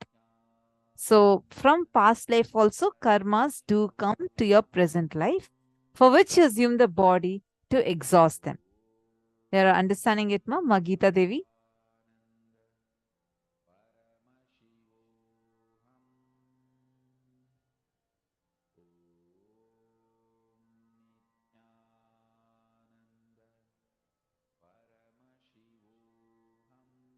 Ma Poonam Yadav has posted, in spite of behaving smoothly to maintain the tough in the rough relationship, other persons take it granted. Then how to make it possible to move in the life? We usually get stuck in situations like this. Okay. Is this due to our karmas? Ma Poonam Yadav, if you're able to hear me, can you wave your hands, ma?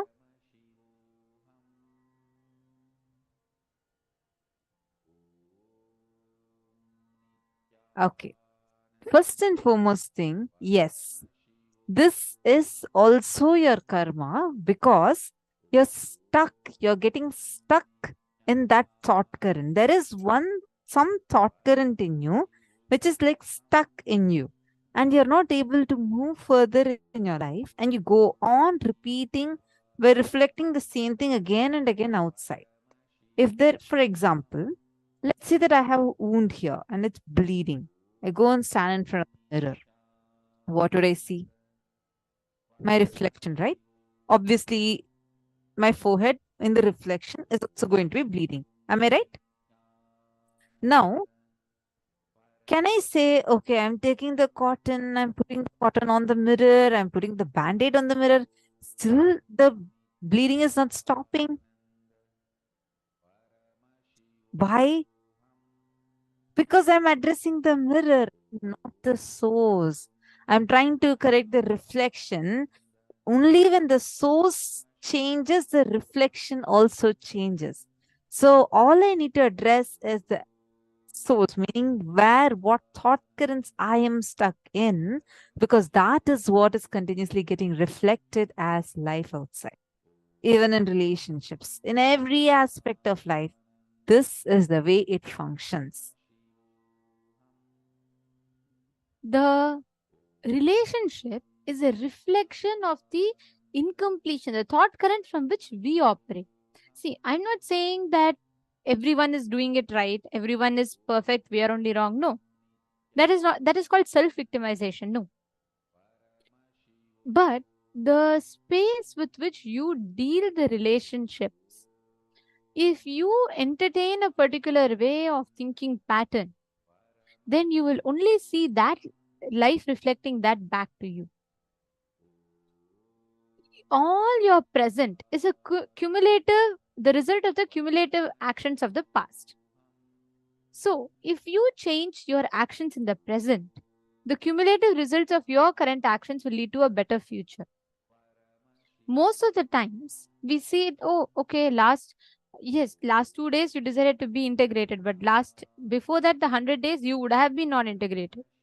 The repercussions of that you're facing now. But now, if you're integrated, and if you maintain it, the repercussions of this you'll face in the future. The same law applies even for this. Now, if you align your thought currents to intense life positivity, saying yes to life, then you will see all the actions in the that the life shows you will be in alignment to the same thing. You're catching it, ma? So there's a big difference, right?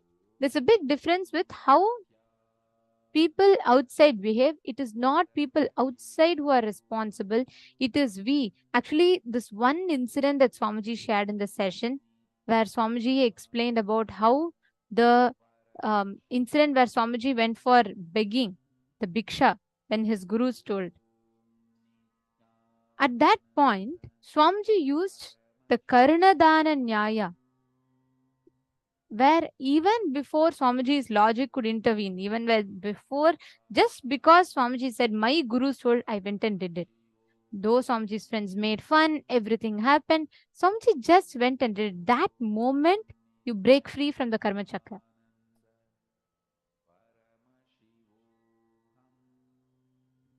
Now, Swamiji has given a very beautiful way to break free from the karma chakra. Literally, us experiencing the Karanadana Nyaya.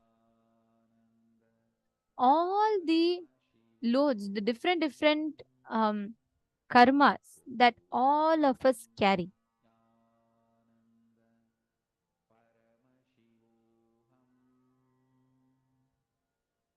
Swamiji first revealed about the Karanadana Nyaya to all of us, right? In that, Swamiji had given a very beautiful example. How we create the actions inside of us.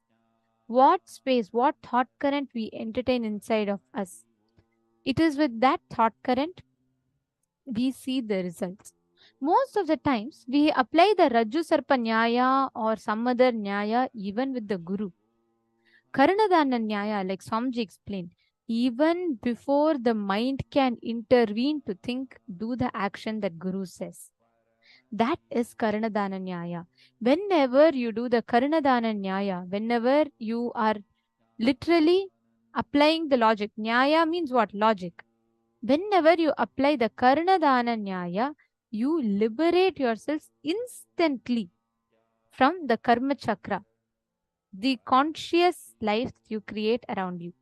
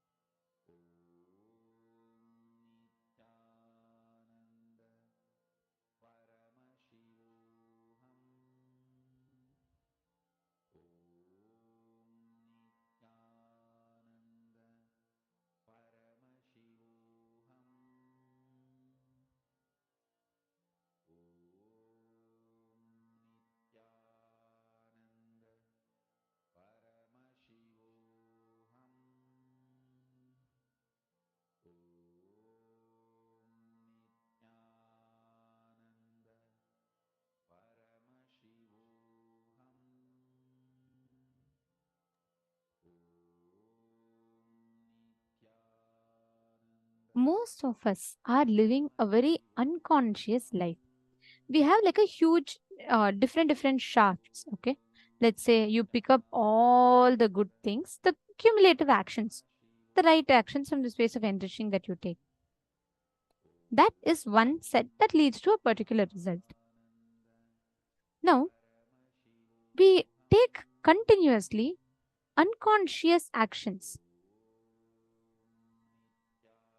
from the unconscious way of living, and this gets accumulated birth after birth after birth. Ma Poonam Yadav, this will actually answer your question. Here, if you see in your past janmas, you would have, let's say, made a conscious decision that, okay, every time I feel, let's say, you feel that, life cheats you always. And so you're very insecure about wealth. If you make an extremely like a strong decision that never again I will do this, never again I will invest into anything, or never again I'll use wealth for any lending money to anyone, you carry that same thought current even in this janma. That is why many primal patterns that we carry, many times you'll have unknown patterns, right? Like inexplainable patterns. You don't know why. How many of you have experienced this? You don't know why, but you always feel very, very afraid to go sometimes to water bodies. And you'll feel like extremely afraid. You'll feel like if you go, you'll drown. Or let's say open spaces, something like that. There'll be some fear. It is not that you have had any bad experience in the past, but you will always be afraid of doing it in the present. How many of you have instances like that in your life where you don't know, it's inexplainable, you don't understand why it is there, why you have that problem, but you just have that problem? How many of you have such patterns? You don't know when it started, you don't know how it started, you don't know where and why it started, but it has just been there.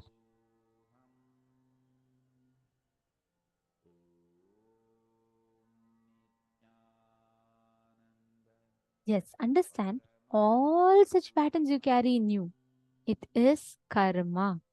The past life patterns, thought currents carrying over in your present. See, in current birth, in your previous births, in your future births, in all these births, you constantly carry these karmas, these thought currents. That causes a vicious cycle. Now, what happens is when an avatar intervenes, when Swamiji intervenes into your life, when Guru comes into your life, he removes all the all the um, impact of the past. He removes all the baggage of the past karmas, and he gifts you with a new breakthrough in your thinking pattern. Anyone who decides for completion, the whole cosmos supports them. The whole cosmos supports that person. Cosmos is not interested in taking revenge on you. It is interested in rejuvenating you. If you resolve, if you take a strong resolution saying, I am going to be breaking free from my karmic patterns, I am not going to be stuck with anything, I am going to be constantly flowing with life positivity. When you make that decision, Cosmos celebrates you, Cosmos supports you, Cosmos showers on you. When you just make a decision in you to celebrate your existence, you're not going to stop your action for any purpose. That moment, Cosmos starts celebrating you.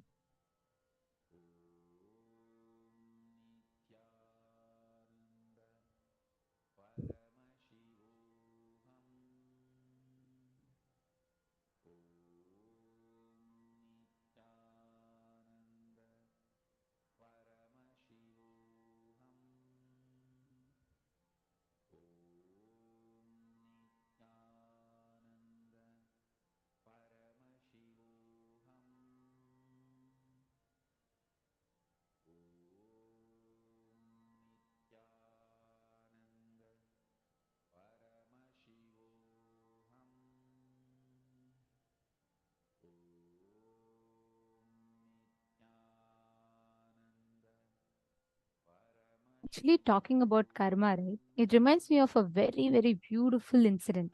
I'd like to share this. This is a real incident that happened, and I have been a witness to this. So I, every time I share it, it is like it gives me goosebumps. So there's this. We all Swamiji is explaining about Karna Dana Nyaya, right? Even before your logic intervenes, even before your logic intervenes to say something is possible, not possible, before that also you taking the jump to do it is Karnadana Nyaya. Swamiji had explained this with the example of Karna, right? How Karna, when he's doing the dana, Karna is a heroic character of Mahabharata, an amazing character. Like the way Swamiji speaks about Karna, anyone will fall in love with the character of Karna. So Karna is basically known for doing dana, means anybody asks him anything, he will just give it. He will not even wait for taking the object that he is having from his left hand to right hand. He will just give. Because he will tell, before his mind can intervene, he will do. That is Karana Dana Nyaya. The logic that Karana applies when he has to do the dana. When he's sitting and applying something so beautifully, he'll have a golden bowl, I'll take oil and he'll be applying. Suddenly a Brahmin comes to ask dana from Karana. With his left hand, he'll be holding the oil bowl, and with his right hand, he'll be applying the oil. When the Brahmin comes to ask for dana, he just usually when you give all the good things, at least in the Hindu culture, you only give it through the right hand. But Karana, the moment someone asks for dana, he won't even bother that he's giving with his left hand. He'll just give it off. Because he'll say he does not even want his mind to jump in within the gap between changing from one hand to the other. That is Karana Dana Nyaya. Like that, before even your mind can jump in, follow what Guru says. The way life, you never know why Swamiji is saying something. I've seen this in a very, very powerful incident. So it was in the year of 2016 or 2017. I think 2016. And we all had like a group of us, Adinavasis, we all went to one of the cities in Tamil Nadu called Chennai. And we were doing the Nithyananda Sadashiva Sena Yatra. So basically, we used to go and carry out all these activities. We used to meet people. A lot of things were happening. So once Swamiji had told, whenever you're all traveling outside, please keep Atma Murti in the car. Okay? Like we all kept it. But slowly we started getting casual with it. Like, for example, if you just have to go and buy something outside, we used to like, okay, let's just go fast and no need of Atmamurti. Anyways, we're not going out, doing some puja or anything. Let's just go right now, urgent it is. So people started diluting it. Okay. But there was this one team who will always keep Atmamurti. Even if they have to wash the car, they will not remove the Atmamurti from the car. Okay. They used to literally like keep the Atmamurti in the car only. And particularly one person in that team, she used to be very particular about keeping her Atmamurti. And she has to keep it like very perfect. She said, no, Swamiji said, I'll not remove it. And once this team in the particular car that had the Atmamurti, they all went to travel. So they were all going to different. So what we used to do is we used to go to different devotees' houses, whoever wanted to offer the Pada Puja, and we used to do the Pratyaksha Pada Puja and healing services in those places. So this team went to actually offer the puja, and they finished the puja and they had come. So there was this Atmamurti and the Guru Padukas, and 7 of them went. And when they were coming back, on the way back, they were coming down slope, and when they were coming back, the car's brake failed. Okay, car was coming in like pretty high speed, and the brakes of the car failed. 7 of them are there in the car, and the brakes failed, and their car, actually I saw the car, like it was like completely in a very bad condition. So basically, once the brakes failed, The car just in high speed it came and it just rammed into a truck, and there was severe damage. The whole car had completely damaged, and it was a very bad accident actually. Completely the car had damaged, and it was in a very bad situation. 7 of them inside the car. You'll be surprised. Everyone, we were not there in the scene. The person who had the accident, after that she called and she was laughing. She was laughing with tears in her eyes, like she was blissful. Okay, then she called and she's like, "Ma, you know what happened? We just met with an accident." We are like, "What are you telling? Accident? Are you all safe? What happened?" Then she's like, "You will not believe what happened when the car actually came and it was hitting the truck. The Atma Murti, which was in the back seat, it just flew to the front. If no people, nobody moved. Okay, the Atma Murti flew to the front and it went front before all the others, and it broke in exact 7 pieces. There were 7 people in the car. The Atma Murti broke in 7 pieces, and the Guru Padukas got all the glass pieces on the Guru Padukas. You will not believe. I remember those pictures so clearly in my head. The whole windshield had broken into pieces because of this thing. And even the balloon, I forget the name, airbag. Even the airbag didn't come up. So it was very bad fail. And literally their lives would have gone. If you see, the front part of the car was like jammed completely. And the Atmamurti from the back seat flew to the front and it broke in 7 exact pieces. It was like so shocking. 7 people in the car. In the car. Not a single person got a scratch.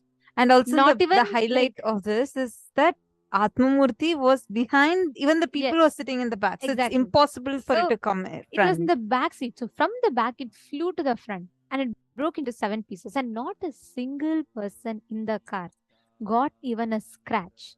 Nobody were, and you'll not believe that these guys have gone through such a big accident. They were all like laughing. They were like, they didn't even know how to express. They were all shocked, laughing. They were like, "Ma, first when the car was going, we thought that we're all going to die." It was really like in a high speed. And they all were just praying to Swamiji. But exactly suddenly they're seeing an Atmamurti is flying and it just saved their lives. After that, when they told this to Swamiji, Swamiji said, as per their karmas, they were actually supposed to leave their bodies. All of them. It was supposed to be them dying as per their karmas, this thing, and they're supposed to die at that time. But because of their Guru Bhakti and because they were so strong with integrated to Guru Vak, Swamiji said the Atmamurti had the automatic intelligence to go and protect. And Swamiji said that moment I came there and Atmamurti took it on itself. That is why it broke in exact 7 pieces.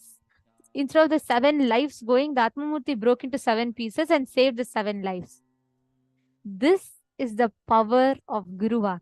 When you just do Karnadana Nyaya, I still remember Swamiji was like saying that we had never told Swamiji that, she's very integrated. She used to keep the Atmamurti all the time.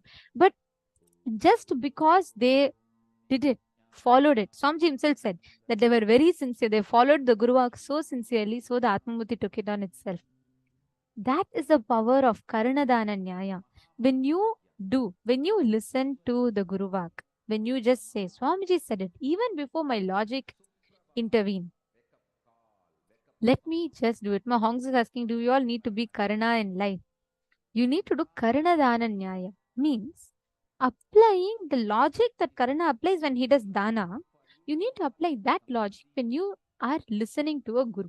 You can negotiate with the whole world for Guru, but don't negotiate to the Guru even for the whole world. My Eleanor Mayers and my Ernestine is putting amazing. It was like a goosebumps moment for me when I saw those pictures. And I could not believe these guys who came from an accident. They all were like, in such bliss. That is the power, ma. That is the way how when you connect to a Guru and when you are applying the Karanadana Nyaya with a Guru, that is exactly what happens to us. We all need to know one thing, no matter what, It's like the moment you are connected to Swamiji, he takes care of you completely in all levels. Understand, never underestimate even one word of Swamiji's. Not even one word of Swamiji's is casual. Nothing that Swamiji says is casual. Even the smallest thing that Swamiji says, especially when he personally tells that to you, just do it before even your logic jumps in. Just do it. Like Swamiji says, and Swamiji told, right? Even before, if someone comes and if like they ask Swamiji today, does Swamiji want to take head bath? Even before saying yes or no, Swamiji will say, okay, there's a glass of water. Come on. Swamiji just pour it on Swamiji's head and say, come on. Now, anyways, hair is wet. Let me just go and take the head bath. Before even your mind can jump into any reasoning, do karana dana nyaya to Guruvak. Before even he changes from his left hand to right hand, what if his mind changes? Even that kshana he doesn't want to waste. That's why he immediately gives what he has, he just gives it off. This, I have had an amazing experience with this. Another experience which just reminds me of, we had during, I think in the year 2019, when there was a time first, before this blind school initiation, everything, I was visiting the blind school first, okay? And we just did the demo. Like typically I used to visit places and I put the eye band and all that and do the third eye demo. And what happened, right after that, like I did a demo, and usually, we all do the demo, we meet them, enrich them, and speak to them about the power manifestation science and all of that. That time, Swamiji had not introduced, Swamiji had given the vision, but never before that initiation for the born blind children had happened. And I finished doing the power manifestation for those people. And when we updated the administrators, Swamiji's team, and they had updated Swamiji. And Swamiji said that just put the Jnana Anjana on one of the blind children and make them read. Okay. The moment Swamiji said, I had somehow no second thought or doubt or anything. We just put the Jnana Anjana, and then it was a very beautiful moment. The kid was born, he was like, he had never had his sight, he'd never seen people, and he had lost his eyesight. The moment we gave the phone to him after putting the Jnana Anjana, and I had played an oneness capsule of Swamiji, where Swamiji will be holding a Trishul and standing. And the first word that the kid said, for a long time he was quiet. We were all like, oh God, is he seeing, not seeing? What is happening? And for a long time he was quiet. And the first words he uttered was, this is the Shiva I have been worshipping all my life. I was so shocked. And the moment, actually Swamiji told, you just go sit now and initiate. I will manifest and I will initiate through you. But if it was like normally, I would have had so many doubts. It is not a joke. Like they're all like, it's the first time we are doing such an initiation. How can I sit like, Swamiji said, sit now and initiate. And I have never ever done like that before. But the moment Swamiji said, at that moment, something by Swamiji's grace, there was no doubt or anything in my inner space. I just felt like, okay, Swamiji said, I said, okay, whatever is there, let's just do it. That moment, Swamiji said, just because in that moment I didn't have a doubt and tell. Swamiji told, before I have told the same sentence to many people when they tell me that some born blind child has come. I'll tell them just initiate, they'll do it. But they'll always have a doubt in them saying, Swamiji, how can I do it? Will it be possible or not? Swamiji said, somehow, because the doubt was not there in my inner space at that point of time, Swamiji said that moment, my DNA opened up to manifest Swamiji's energy in my body and do the whole manifestation. That was like such a powerful experience for me. I'll never forget that one experience. Like this, there are tons of stories to go on and on and on. Like Swamiji explained, whenever we apply the Karanadana Nyaya, right, it will literally give us empower us to experience so many phenomenal breakthroughs. You don't need to wait. You don't need to have a second thought, second decision. When Swamiji tells, even before your mind can intervene, do its analysis, is it possible, not possible, can I do it? Am I going to be able to do it? Do I want to do it? Before all of this, your mind, even before your mind jumps in, you will take the jump. You will just do it and you will see the miracles manifesting. That is the power of Karana Dana Nyaya. If you decide to be stuck in any situations, if you decide to have your any patterns, any place in your inner space where you are going to have the judgment or your own logic, independent investigation from your side, then you will miss out on the essence of what life has to convey to you, and you will miss out the essence of what life has to give you, what Swamiji has to give you through that.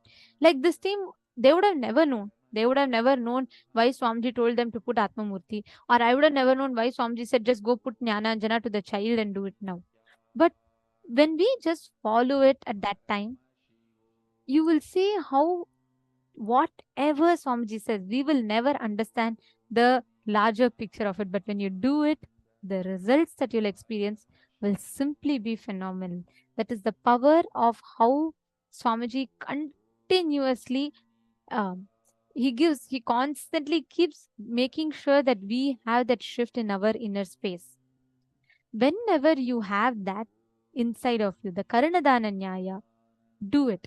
Just do it. Do everything. All the Guru Vaks Swamiji gives you, do it, operate it from the context of Karanadana Nyaya. Swamiji, even before my logic is going to analyze whether it is right or wrong, whether it is doable, not doable, is it okay or not, let me just do it, Swamiji. The team that kept Atmamurti, so many people stopped. Like, so many others are like, okay, fine, we're just going nearby. It's okay. Whenever we go, like, outside long travels, let's put it. There was some negotiation that happened with the Guru Vak. Only that team, whichever car that had kept the Atmamurti, Swamiji saved their lives. That is the power. Now, every one of you sitting here, Swamiji himself has told all of us to manifest powers. Apply the same Karanadana Nyaya even when you manifest. Don't let your mind come and tell, is it going to be possible for me? Am I going to be able to do it? Will I be able to do it? Even before your mind can intervene for you to tell, is it possible or not, just take a jump. You just take a jump and do it. You will have the breakthrough. Okay, understanding? Shall we all start? We're going to be doing a very, very beautiful power, the power of shifting someone's inner space. And what does that mean? You're going to be, now through this power manifestation, you're going to be scanning any one reality a person wants to manifest. Let me say, for example, if I'm going to scan Ma Vani, and let's say Ma Vani, I'll first call Ma Vani, I'll explain to her. And then if I'm going to scan her, I'll tell her, okay, can you tell me one reality you want to manifest? Let's say she says something. She can say, okay, I want to join Kailasa, or I want to do something, any reality that she wants.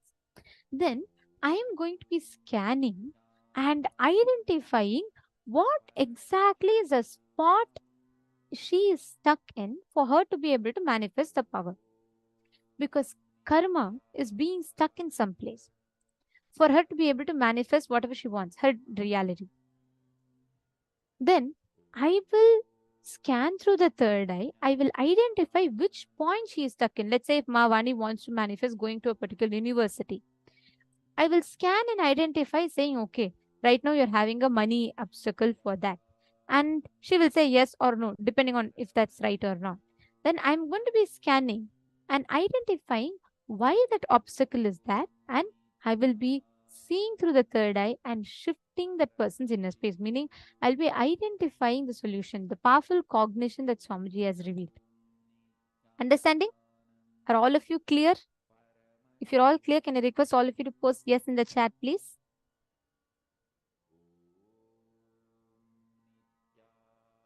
This is the power. You're going to be shifting another person's inner space. Swati Jain is putting she loves these stories. Absolutely, it is so fun. I mean, it is, you will never, Swamiji. exactly, you will never even know what is happening when you're actually, the incident is going on. But the end of it, you'll be like, oh my God, it is just so phenomenal. Only when you others, you'll even know, oh my God, such a huge miracle has happened, because it'll just be happening to you so casually. Swamiji will be doing this in your life. Literally, this is what will happen in your just living around Swamiji. That's say being a sannyasi is the best. Living around Swamiji, your whole life, normally your life is very logical. But with Swamiji, your life is magical. It's just so beautiful, so beautiful. Every moment you will keep experiencing some other miracle in various levels. With this space, every one of you connect to a partner. Come on, manifest this with them. Ask them to tell you any reality that they want to manifest. They can tell you any reality. And they'll only tell the reality. You are going to scan and identify which is the obstacle that they're stuck with, what they need to do, how they need to have that breakthrough. All of that you will be scanning and identifying. Please start. Chant the Mahavakya. Come on, I request every one of you to connect. Start the manifestation. If you want the first round, you can do it with amongst you all here itself. Then the next round, you can call another person and manifest with them. Nithyananda Paramashivoham. Om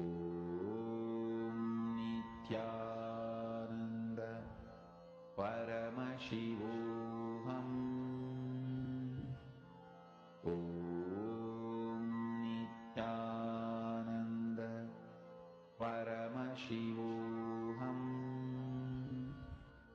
Om Nithyananda Paramashivoham. Om Nithyananda Paramashivoham. Om Nithyananda Paramashivoham. Om Nithyananda Paramashivoham. Om Nithyananda Paramashivoham. Om Nithyananda Paramashivoham. Om Nithyananda Paramashivoham. Om Nithyananda Paramashivoham. Om Nithyananda Paramashivoham. Om Nithyananda Paramashivoham. Om Nithyananda Paramashivoham.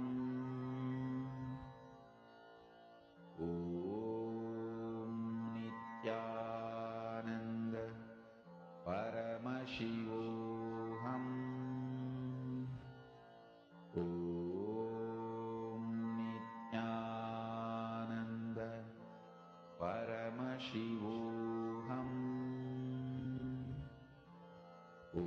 Om Nithyananda Paramashivoham.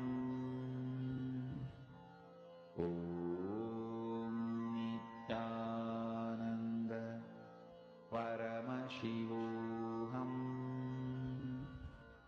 Om Nithyananda Paramashivoham. Om Nithyananda Paramashivoham. Om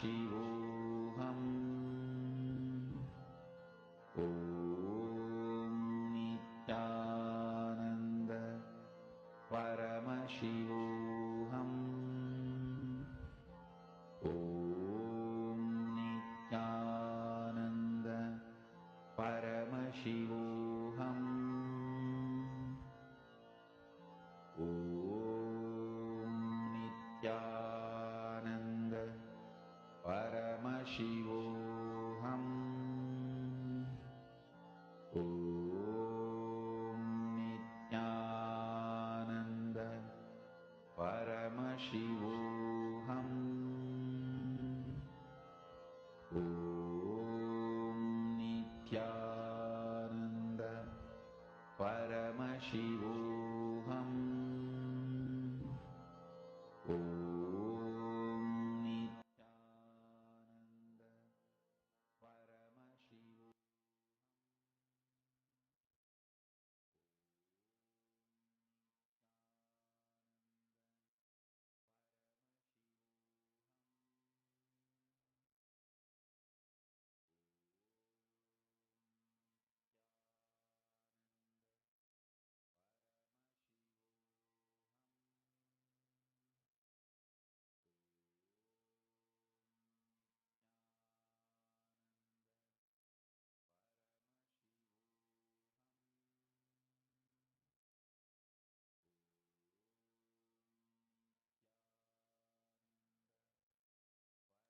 Sorry.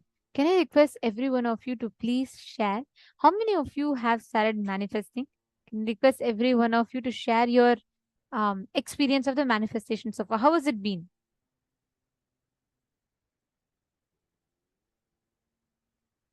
Come on, can I request every one of you to share? How many of you were able to actually see what is the exact point that the other person is stuck in? I'm seeing the chats are flooded. So many people have posted. Come on, how was the manifestation? And what was your experience like? What did you experience while manifesting?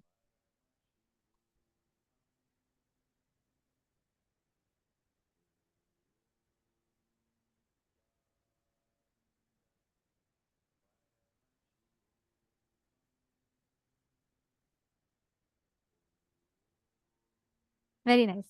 Now, all of us are going to be entering into the next session where we are going to be understanding about one of the most important principles, aspects. From morning till now, we have been learning about karma, understanding what is karma. We learned about Karnadana Nyaya, and then we learned about how digestion and the Kayakalpa, immortality, everything is linked with karma. Now, we are going to be learning about enriching, the power of enriching, Prema Shakti.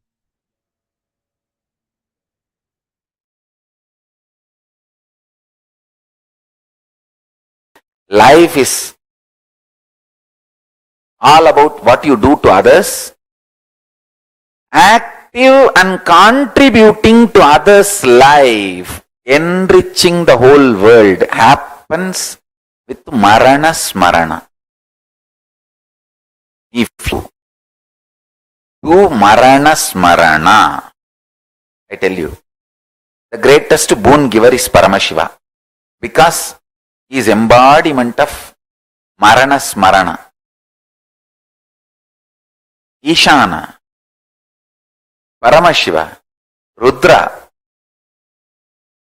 Shiva is embodiment of Marana Smarana. Because of that, he is ultimate giver. He goes on giving. Marana Smarana makes you a different metal altogether. Powerlessness, fear, all the time connecting. A powerless man will be so selfish, terrorized all the time, immature cognition. He will feel loaded about the past and terrorized about birth, means any small change. He can't handle even a small change. And when you can't handle even a small change, terrorized about the future. Future will be glorious only with the wild and wide changes. Listen carefully. A man who is enjoying wide and wild changes Now for last 2 years almost I stayed in one room. I can't even say in one place. It's called, I should say, one room. Just giving satsang and sitting in samadhi. But suddenly, by the grace of Paramashiva, from next month, I'm going to be doing grand world tours. I'm ready and excited. Not addicted to sitting in one place, in one room. Same way, if Paramashiva's grace situation needs me to sit in one room silently and give satsangs, I will do that for any number of years. I neither have a problem for this nor have a problem for that. Understand? Neither addicted to crowded lifestyle, glorious life, nor addicted to the seclusive life. Nothing, no addiction. But ready to face, ready for any wild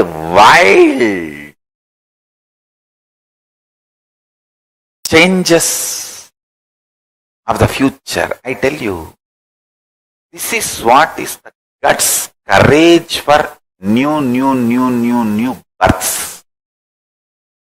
And courage for future. If you want glorious future, be ready for wide and wild changes. Always Paramashiva's grace will bring you auspiciousness. I'm telling you, it will bring only auspiciousness. Nothing wrong will happen. Everything will happen only in a right way. What you feel about your past is the feeling you have about your life. If you feel very sweet and nice about the past, you will start contributing to people's lives so much. And I tell you, I feel so much loved, cared, attended, deeply inside me, in my past, by all of you. First, by my gurus, next, by my disciples. So this feeling gives me tremendous energy and inspiration, feeling supported. So that gives me the energy to work for all of you for future. I am very clear, I will be working for all of you continuously, day in, day out. I am not only celebrating the wild changes. I will be constantly working for all of you with lots of energy, enthusiasm, excitement. And first thing now I am building is evolving some of the most sweet, loving, caring people who feel past is a blessing. And either it was great or good. There is nothing wrong. That kind of a completion people who have that kind of a completion with themselves and the life and the world, then I can easily make them manifest Kailasa for them. Understand? I can easily make you manifest powers. If you feel the time you spent as the past,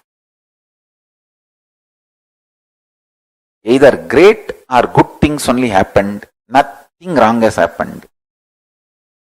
See, I tell you, very important secret. Listen. When you are filled with sexual hormone, male hormone or female hormone, when it is in the brim level, overflowing, lust and fear both can shake you. when the sexual hormones are released, you will see neither lust nor fear will have a say over you.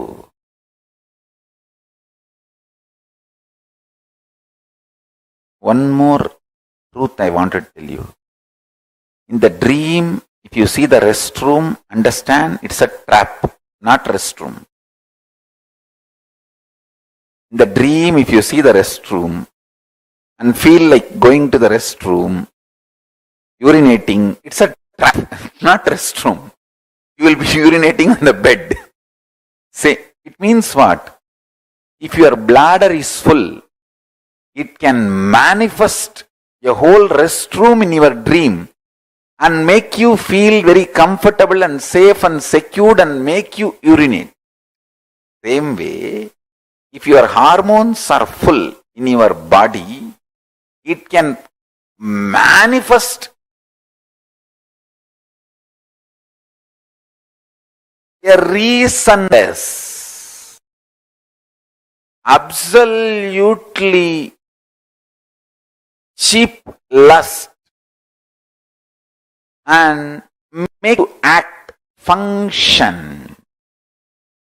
When that hormones are not there suddenly, when they are released, suddenly you see the reality is different. I tell you, life is all about powerful cognitions you have inside. Life is all about the contribution you are doing to the world, to others. What you feel about the past only is going to manifest as future.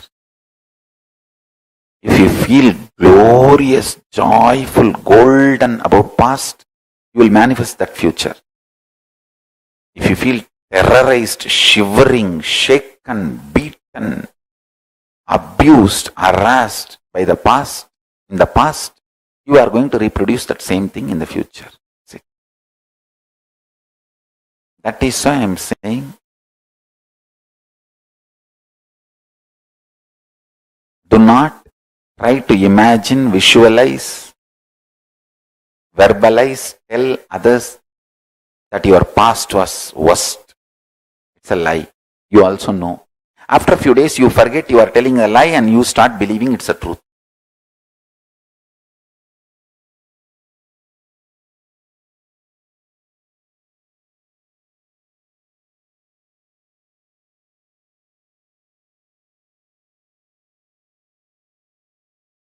So I made these two statements. Contemplate on this. First statement I am making, your life has nothing to do with what you do, and it is all about how you experience you, your consciousness. Second statement I am making, life has nothing to do, life is everything about what you are contributing to others, not about what you feel about yourself. Both looks very contradicting or paradox. If you understand in both words, in both statements, I mean different truths, different level truths. First statement when I say you, I mean different.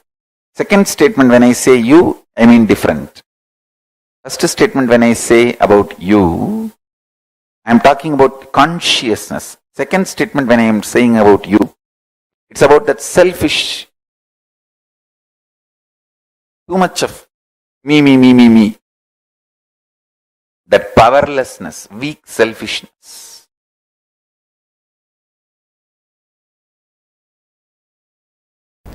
Only people who contribute to others can thrive. Only when you cause others reality, you can thrive. Any action you do out of completion, you will go on be causing others reality.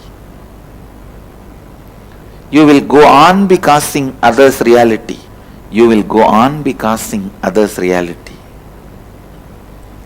So do not feel shy, do not delay, do not postpone, do not wait to soak yourself into the space of completion.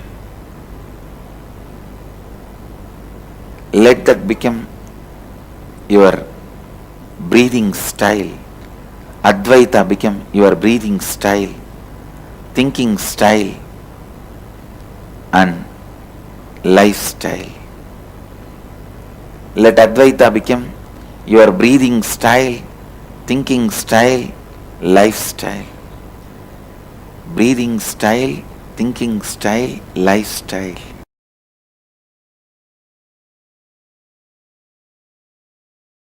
Today's revelation from Kailasa.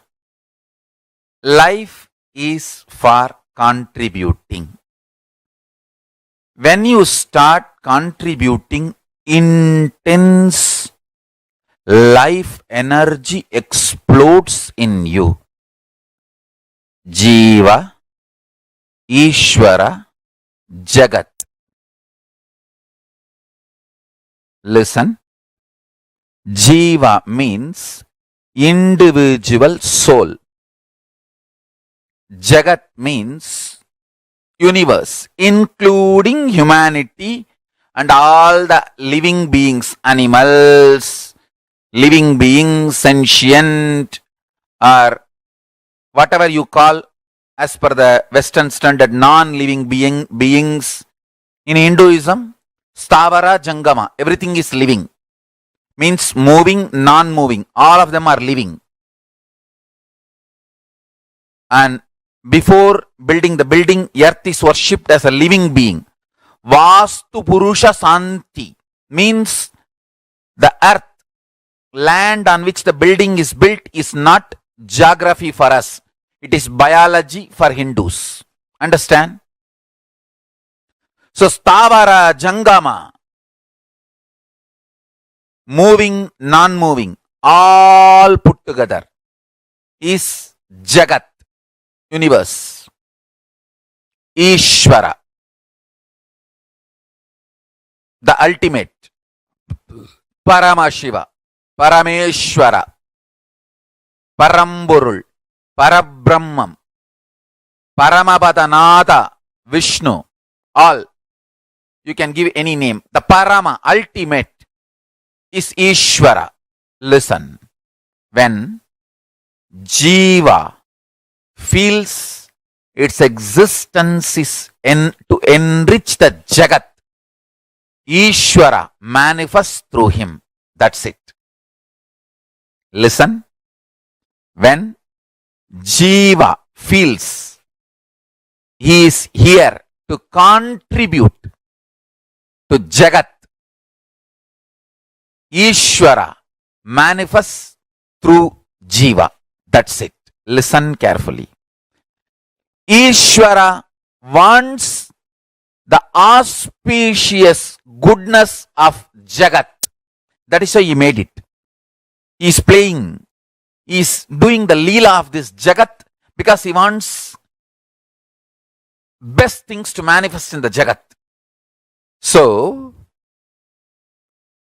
anyone is in tune with Ishvara's Sangalpa, Shiva Sangalpa of enriching the Jagat, universe, he himself manifests through us. Listen. Hinduism is all about contributing. Either you read Vedas, or you read Agamas, or you read Tantra, or you read Puranas. It is all about contribution. I am absolutely convinced Hinduism is all about life positive. Extremely life positive. Whether it is a simple acts you are expected to do, making rangoli with the rice powder outside your house, in front of your house, or applying marudani in your fingers, mehendi, or applying the turmeric powder for your face and kumkum early morning. Everything is all about life positivity. Life positive, life positive, life positive, life positive. Go on contributing.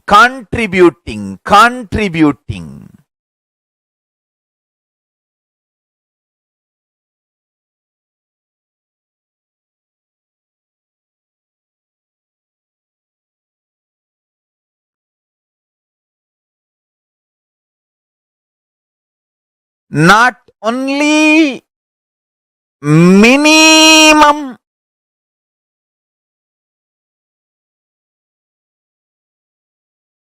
bare minimum,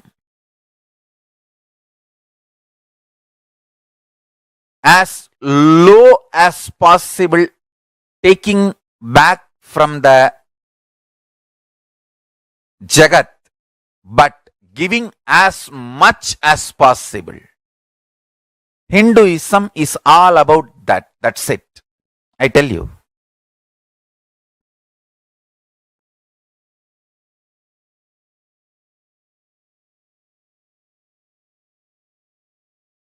Why do you think Hindus are the richest ethnic community, not only in United States of America and Canada, Europe and Australia, almost all major countries all over the world?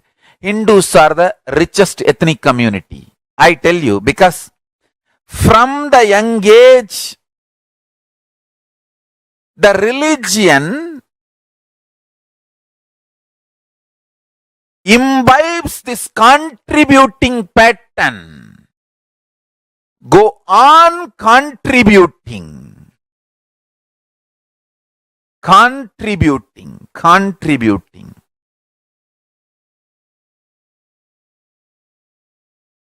Understand? It's a contribution through which Paramashiva manifests through you. Any problem you have in your life, any problem, maybe it is you are struggling in your office without having a breakthrough, you are struggling in your personal relationships without having a completion, you are struggling inside your head, or you are struggling with some anger and frustration, any problem you have, it all boils down to one: not having inspiration. But end of the day, it is all about inspiring, contributing. Whether wearing Rudraksha or having Jata or anything, life is all about contributing. When you contribute, wealth gathers around you. I tell you, sincerity and contributing ability is the real wealth. I always felt that is the strength. That is the strength. Wherever I saw sincerity, contributing, I saw Lakshmi energy showering, living happily. Understand? End of the day, contributors will be part of the history. Contributing to the world. Real contribution to the consciousness of the humanity. That makes you part of the history. Understand? Listen carefully. When you decide to contribute to the universe, to the Jagat, to the humanity, Ishvara manifests through Jiva, self. Ishvara, God, manifests through Jiva, self, when the self jiva decides to enrich the universe, world, humanity, understand enriching and empowering life positive is not just moral or good advice, good attitude. No, it is a spiritual methodology for enlightenment. In every level, enriching, contributing, life positive.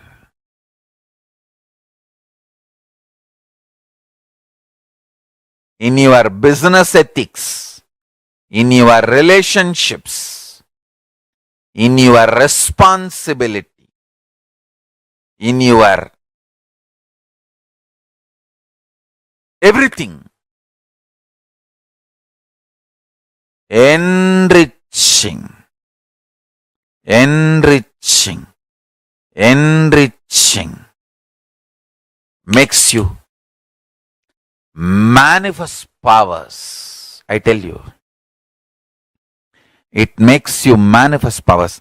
It is a straight way to live in Kailasa and reach Kailasa. Hindus need to tell the world what they are contributing in every level. The brand of Hinduism itself is enriching and empowering and enlightening. Hinduism is all about enlightening the world, empowering, enlightening, enriching the world, contributing. That is our spiritual life. That is our spiritual strength. That is our spiritual core principle. When you contribute, life explodes in your consciousness.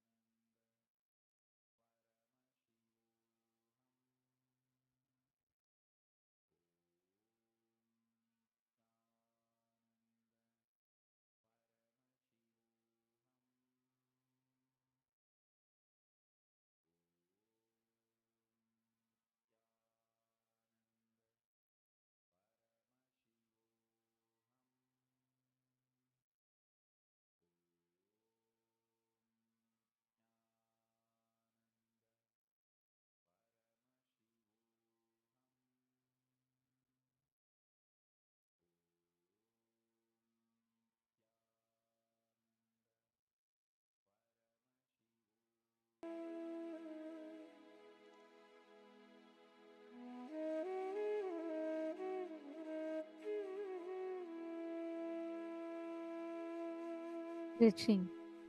Atma Shakti, the power of living. Swamiji so beautifully revealed, right? The very word life, Life, stands for enriching. Life is for enriching. Whatever actions you do, whatever actions you take, whatever you speak, think, walk, work, talk, breathe, and the ultimate purpose of everything that we do is enriching. Enriching is the key.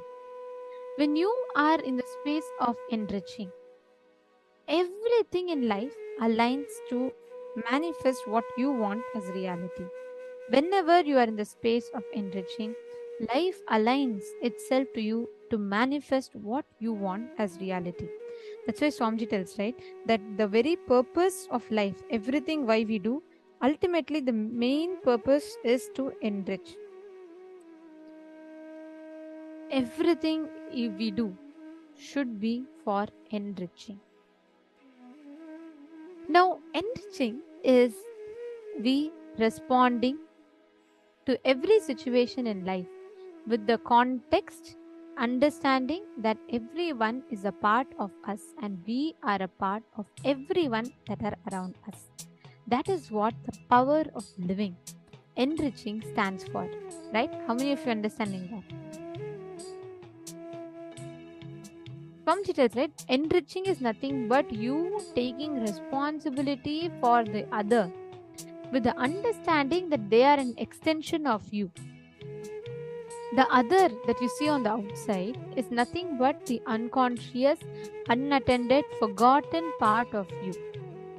The moment you forget you are whole, you fall from Advaita, you fall from the space of oneness, the original state that we are in.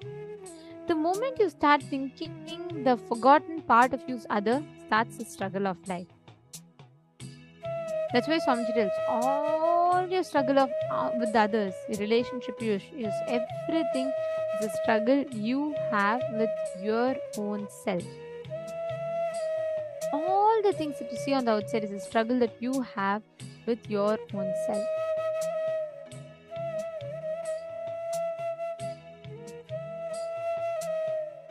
What should you hold as a context when you enrich? What exactly should be the context from which we enrich?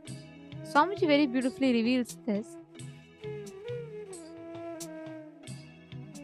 Swamiji tells how, with the understanding constantly, whenever Swamiji enriches, the context that Swamiji holds is, Swamiji tells, first thing, you are not a number for me. There is no vested interest. There is nothing which is needed.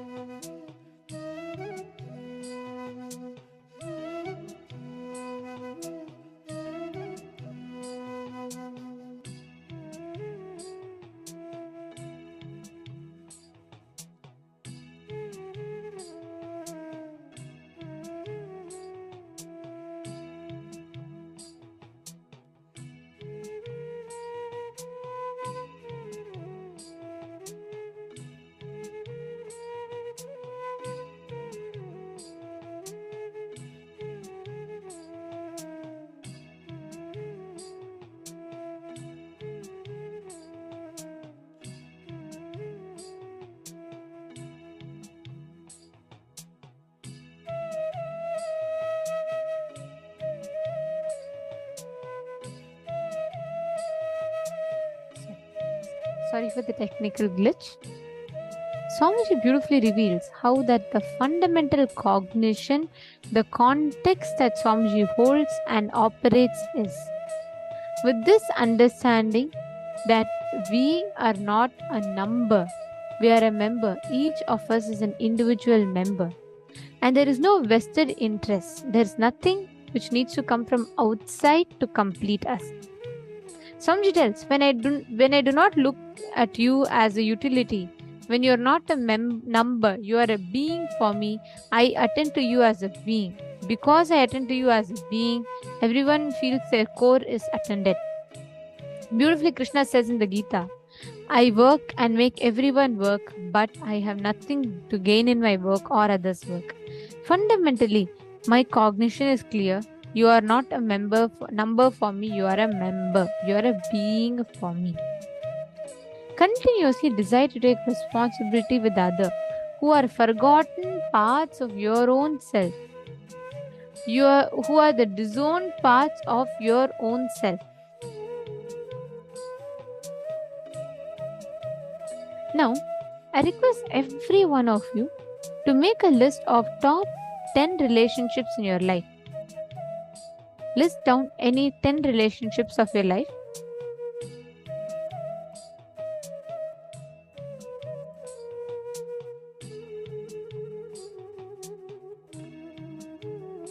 Anyone, whoever is the most precious relationships in your life, please pen down.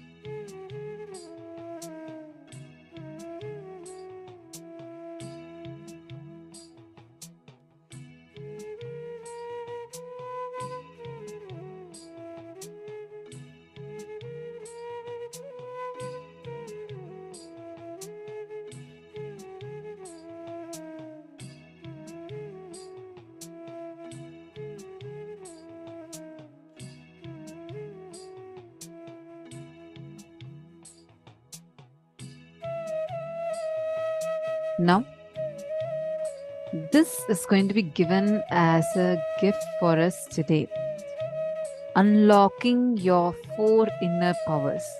Enriching is apyayana. To be able to unlock these great powers inside you, you must first understand a little more about yourself. Whether you know it or not, you believe it or not, you have 4 giant powers sitting inside of you.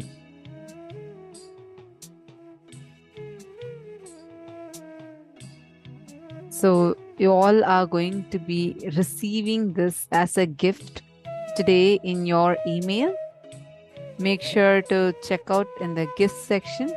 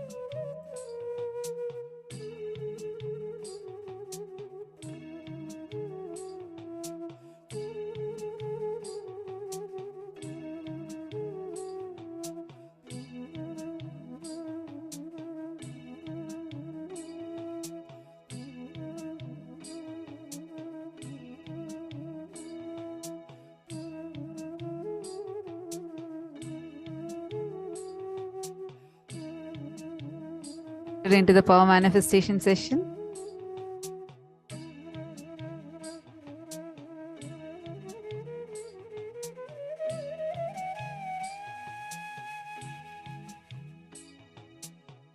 What are the clicks each of you got? If you all have any questions, you can ask. Post it here in the chat, whatever questions you are having. See, it's very, very important for us to understand this power of enriching, because this is the secret. Even if you want to become wealthy, if you want to build a team around you, if you want to become a real leader, the secret key is enriching. Enriching does so much of good to you. Like, it literally unlocks your power of living. So if in case any of you have any questions, feel free to ask your questions. You can post it in the chat itself and we would be answering your questions if you have any. All right. So now let's enter into the power manifestation session. Are all of you having your partners with you? Quickly identify your partners. We're going to be doing one more round of this power. See, anything, anywhere you are stuck with, right? You can ask, for example, let us say that Madonna has a problem with, I'm just giving you an example. Let's say that Madonna is saying that she really wants to become a confident person. And Ma Sumita is scanning Madonna. Now, what Ma Sumita is going to do is actually connect with Swamiji, chant Mahavakya, just do it from the context of enriching the other person. You don't need to think of a solution. You don't need to think, okay, what should I give? It's not giving some kind of a free advice. No, this is not that. Here, you're actually going to identify the person's blind spot. Like, I'm just giving you an example. Madonna might be having an issue, not really with her confidence on herself, but the blind spot might be something sometimes even sitting in her body. Like, it might be a parasite in her body, which is what is giving her a low feeling inside. Sorry, Madonna, I just took an example. I'm not meaning like literally, just taking you as an example. You're there in front of the screen, so I'm just taking you as an example. So if you scan, you'll actually see the root issue. You're going to be identifying the root issue and seeing. Many times it's even physical. Like sometimes the person will be struggling with eye problem, but the problem will not be with the eye, but it will be with the liver. You're going to identify the root issue. It's not just physical, even like psychologically. Like sometimes they are saying that, look, I really want to get this big house. I want to build a huge house. And I'm just not getting time, or I'm not prioritizing it. What's my issue? The problem may not be really the priority, but the problem might be something to do with what they are going through in their life as to with their relationships, which is what is giving them insecurity to not being able to build a house. See, I'm just giving you a few examples. If you go with your logic, you would not be able to identify the person's blind spot. That's why they say this term, right? Free advice. Like everybody just wants to give it, but nobody wants to take it. But this is not a free advice. This is a real third eye solution. You're going to look through your third eye. Just look through your third eye at that person. We'll actually turn off the focus mode in all your Zoom rooms. So you're actually able to see your partners. And I request each one of you, just look through your third eye at the other person. Directly look at their third eye and exactly scan and identify where are they stuck. You will really be able to see it. Swamiji will actually show it to you, like reveal it to you. Shall we start? Come on, can all of you quickly partner up?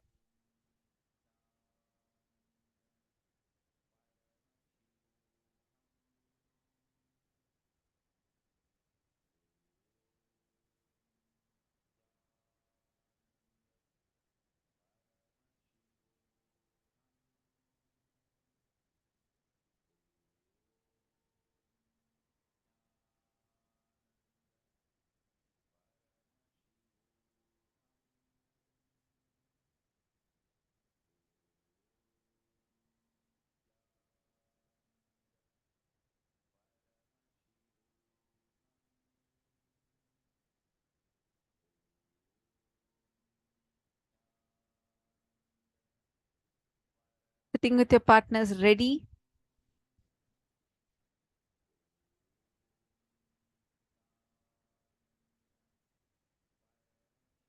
Oh, okay. So I'm just seeing Ma Lucy's question. Nithyananda Ma. If we don't know the source of karma or don't know the specific thought current causing us to feel stuck, Swamiji can remove the karma for us. A true blessing. But how do you stop yourself from repeating the same thought current or action pattern for karma not to occur again? Or does Swamiji burning of our karmas maintain us karma free? Very, very beautiful question.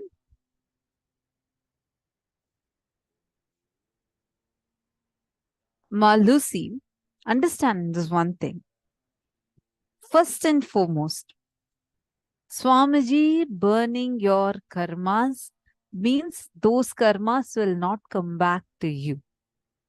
Second, you still though have a conscious freedom, meaning you have a free will and freedom to again recreate it back for you. Are you understanding?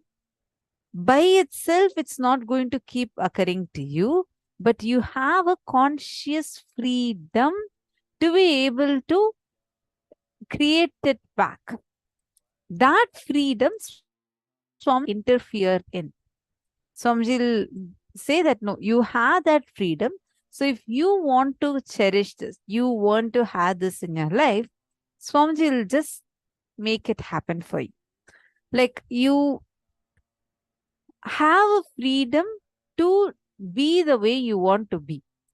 But even that, when you surrender it to Swamiji, that karma will never come back to you again. The best way. Have this Karana Dana Nyaya with Guruvak. Whatever Swamiji tells you. Actually, today, whoever wants to ask for a Guruvak for you, direct guidance from Swamiji, you can post it and ask for a direct Guruvak from Swamiji. Whatever Swamiji has given to you as a Guruvak, you can just start having Karana Dhana Nyaya with that. You will see powerfully, so powerfully, Swamiji will remove all your karmas, burn your karmas. The understanding, ma? And second, if you want, Swamiji has also given us a power of third eye, where by looking through your third eye, doing enriching will also help you a lot. Because enriching, whenever you enrich another person, you will always see they will exactly have the problem that you are struggling with. You are having the same problem they'll have. I've seen this so many times, even in the program. Like many times, if I have a particular issue, I have a particular problem, and let's say that, like in the program now, when we are conducting the session, I'll see the participants will have the exact same thing as a question. And at that time, when you are enriching the other person, simply Swamiji will flow through you and Swamiji will give the answer. So it will be a breakthrough for that person and you. Enriching is the best. Whenever you do enriching, you're not just enriching you, you're always enriching the other. Sorry, you're not just enriching the other person, you're enriching your own part, a part of you that is asking to that is struggling with the same issue. You're enriching. So enriching helps you in breaking free from the thought currents, thought patterns you're stuck in. You understood that, ma? Now, Lucy.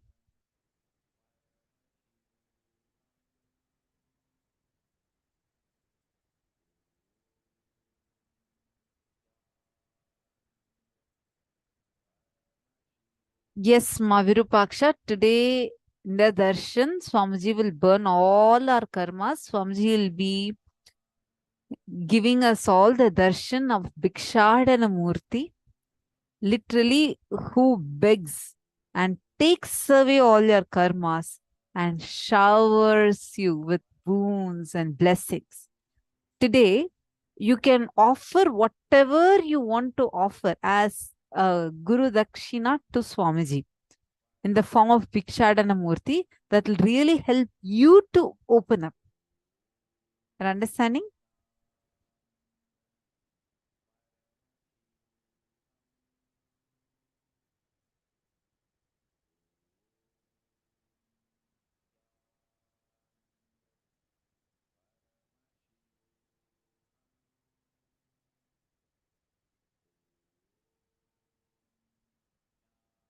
Into the power manifestation session.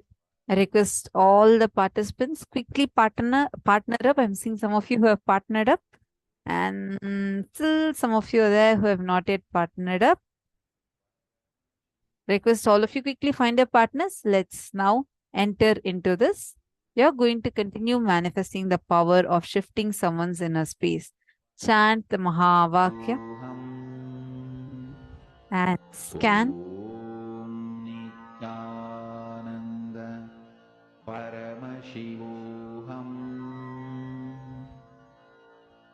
Om Nithyananda Paramashivoham. Om Nithyananda Paramashivoham. Om Nithyananda Paramashivoham. Om Nithyananda Paramashivoham. Om Nithyananda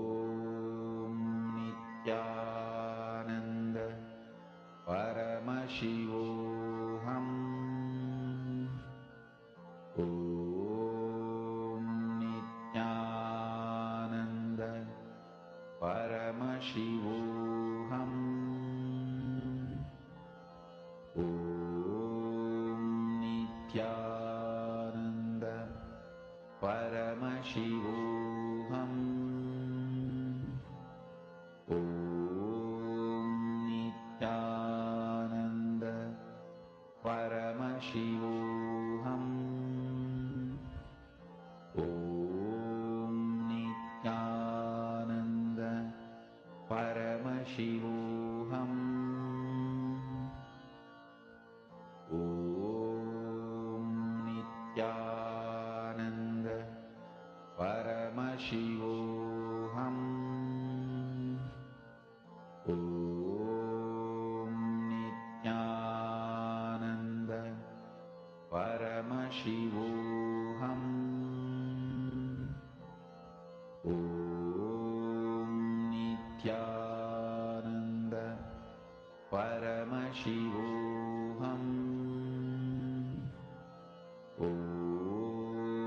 Nithyananda Paramashivoham. Om Nithyananda Paramashivoham. Om Nithyananda Paramashivoham. Om Nithyananda Paramashivoham. Om Nithyananda Paramashivoham. Om Nithyananda Paramashivoham. Om Nithyananda Paramashivoham.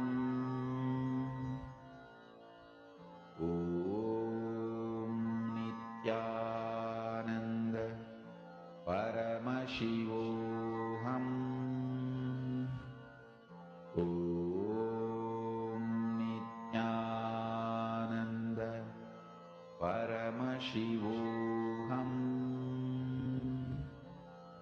Om Nithyananda. Please relax. How many of you manifested? How many of you were able to identify what exactly was the blind spot?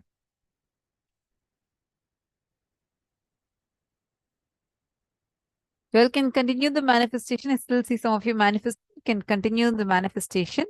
See, don't ask them as a question. Now, if you are asking, I see some of you asking like, do you have it like this? Do you have it like that? Don't do that. Then you're going to be using your logic. You should only write a full thing and then send one message. Do not tell it like one sentence. That will make you build a lot of self-doubt in you. Just put whatever you have scanned as one paragraph and send it. Ma Virupaksha, how to not recreate our karmas, being reactive to criticism or attacks. SDHT, to avoid bringing them back into our life.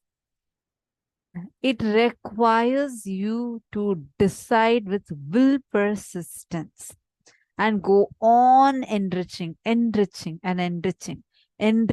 others is a direct solution for this. Now, we're going to be entering into the next session. In this session, Swamiji is going to be giving us a very powerful cognition about how to speak to yourself. Let's listen now to the revelation from Swamiji.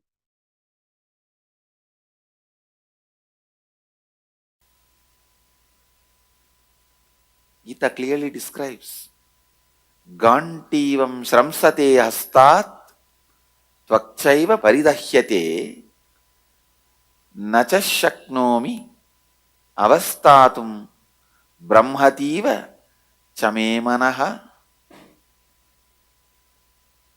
My bhav gandiva is slipping from my hands and my skin is burning all over. My mind is whirling as it were, and I am now unable to stand here any longer.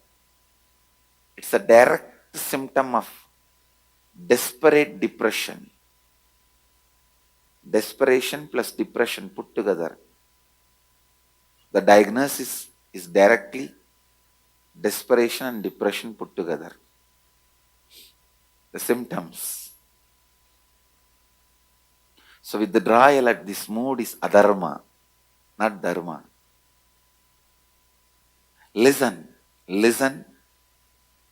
Listen to the essence of what I am trying to convey to you now.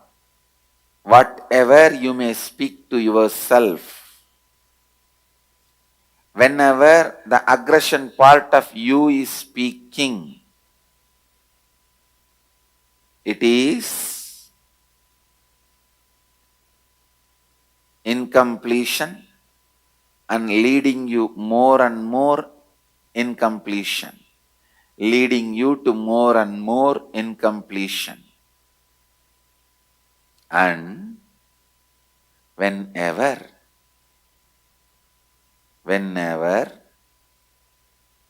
you are listening, that listening, whenever you are listening, that listening is completion and leads you to more and more completion. Move towards completion more and more by listening to you.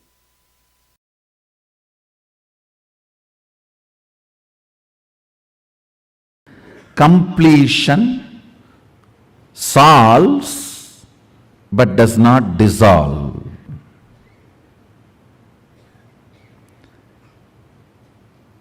But only something which dissolves the source of the problem can be an eternal solution. Listen. Listen intensely.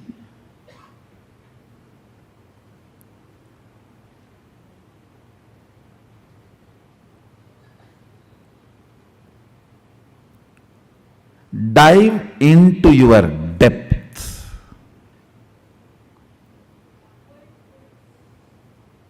The innermost cognitions you have about you.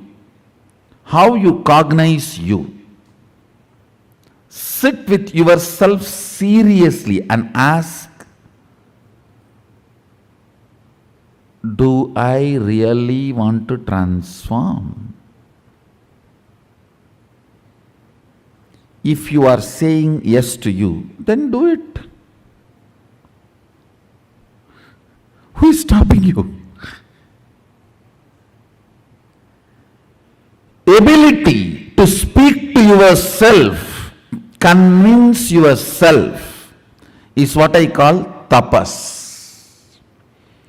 Tapas does not mean you sit in the center of the fire, you don't eat, or you eat certain food, or you take bath 2000 times in a river, or you go to certain temple. I am not saying all that is not useful, all that is useful in different way. Real tapas is ability to sit with your depth and make your depth listen to you. Convincing your cognitions to change, evolve, transform, and build new cognitions. Listen. Convincing your cognitions and change, evolve, build new cognitions. After all, it is nothing but updating your inner software. Nothing more than that. It is just updating your inner software. One nice thing about this inner software, when you update, even your body starts, hardware also starts changing. Understand?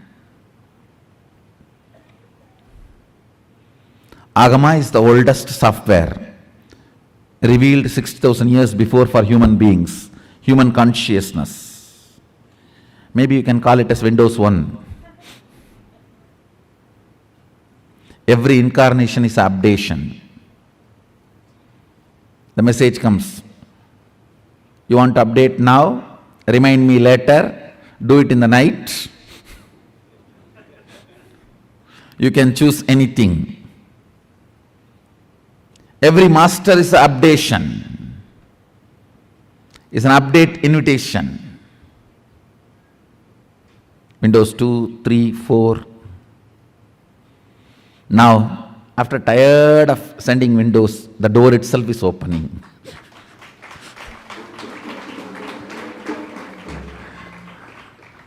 I am not Windows 10, I am door.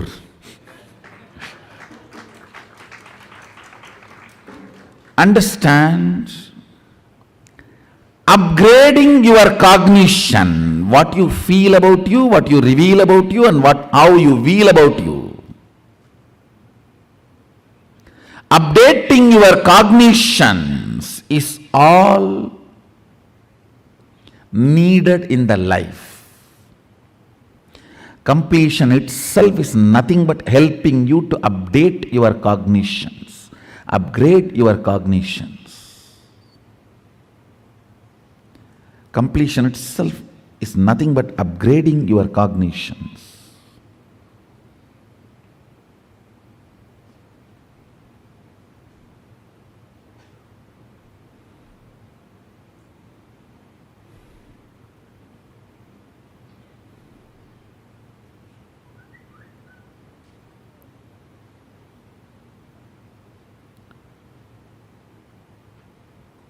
I'll give you very simple, straightforward, few understandings, which you don't need to practice. That is the problem. Anything you do not need to practice, you don't respect it. Only if you are tortured, you think you are given big things. No, really. The cognitions I am going to share, you do not need to practice, you just need to chew it, like chewing gum. While you are sitting all by yourself, just chew it. Yes, seems to be right. I think this guy is cool. Maybe he is speaking to me only. That's all, just chew it. Does not need to practice. Listen, basically,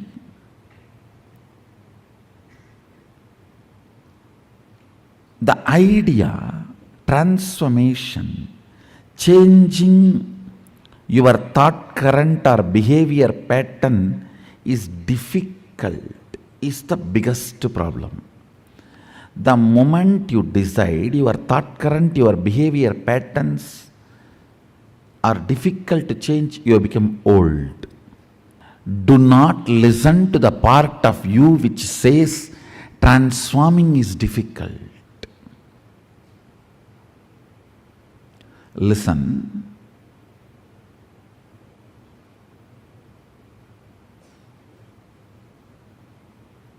The first cognition you need to break is the transformation is difficult and it's not for me. I just came because so many people came. I came because my neighbor came. I came because my opposite house person came. Wherever he goes, I go and see what is going on there. So I came behind him.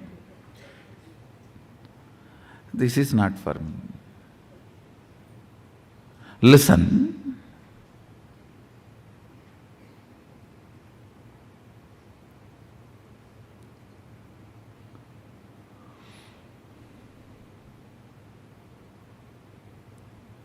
You come to the conclusion transformation is not for you Because you tried stupid, foolish methodologies. If you try to pull your shoes and fly, you may try 3 times, 4 times. After that, even if the private jet comes, no, flying is not for me, I already tried. I tried 10 times, it is not happening. Pulling your shoes and trying to fly, getting into the private jet and flying, both are totally different. Understand, word may be same, but action is not. So trying to blow your nose and do some kriya, jiknak, chakbuk, some technique teaching, and you tried transformation, and now when I say transformation is easy through cognition, you're saying, no, I tried all this many years, I am a lifetime seeker. No, I'm really surprised. People are having a big title and they are even cute and feeling proud about it. I am a lifetime seeker. Are a lifetime sick means is a proud?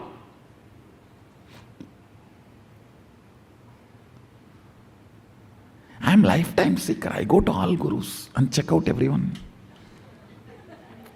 I am almost now off guru. No, there are many. Only that kind of people come to me, I don't know why. Only after going everywhere and getting nicely beaten.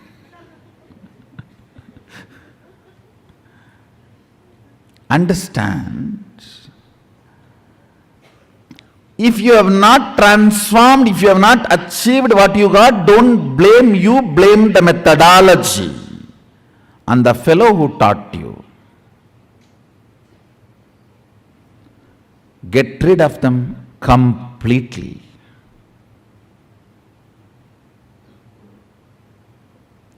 Listen, trying to pull your shoes and fly, getting into the private jet and flying is totally different. So, this cognition that I cannot transform or transformation is too difficult, I have done everything, I tried everything, it is not working for me, that needs to be broken first, very seriously. Very seriously. Understand?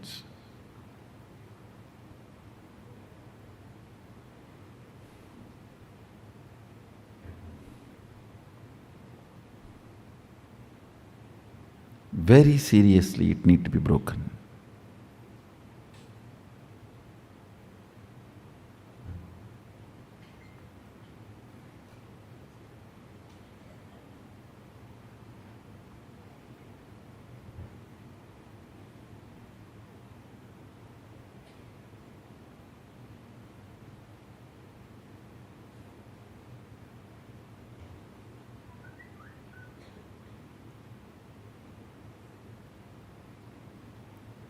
Only if this cognition is broken, you will even sit with yourself with the trust something is possible. Second important thing, your cognitions are built by you. Good news is, because you built it, you can alter it. Because you built it, you can alter it. For various reasons, you come to various conclusions without having the complete vision. Understand?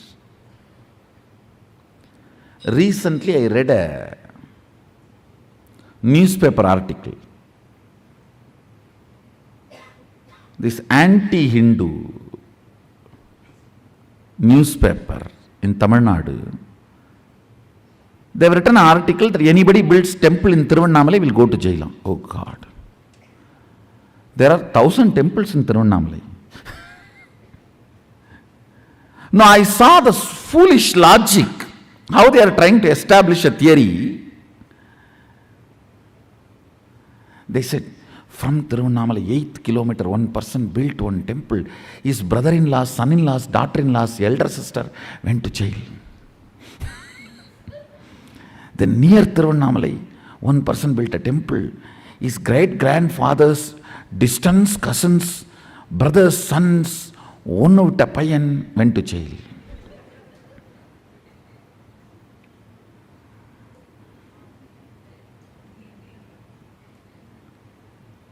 Strange conclusions through perverted logic. Actually, when I say you are laughing, if you dig deep, you will see many of your cognitions are from these strange conclusions.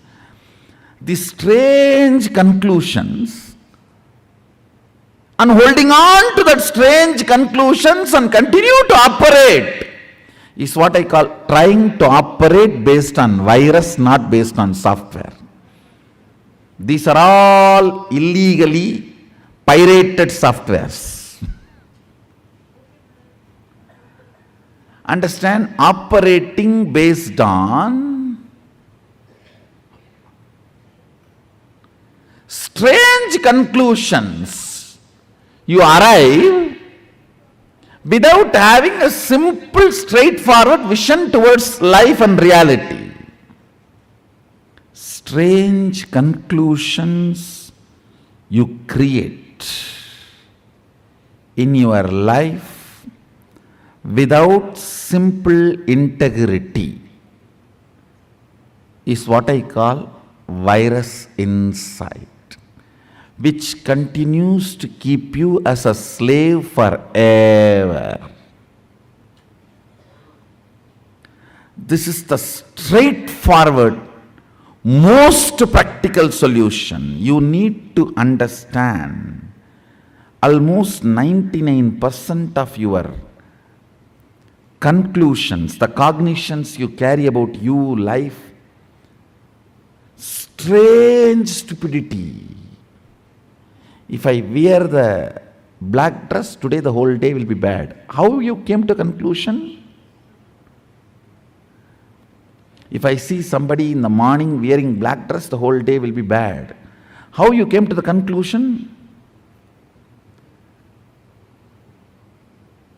Coming to strange conclusions and operating to strengthen those conclusions in your life. Understand what I am talking? I am giving a very superficial examples. I can go deeper. Go deeper. When your body is in good energy after a cup of coffee, how you think and perceive, how your cognitions are. When you are tired, bored, body is tired, how your cognitions and perceptions are. See, your cognitions, your irritations, your inspiration or boredom is not logical. It is just cup of coffee. It is just few chemicals and hormones.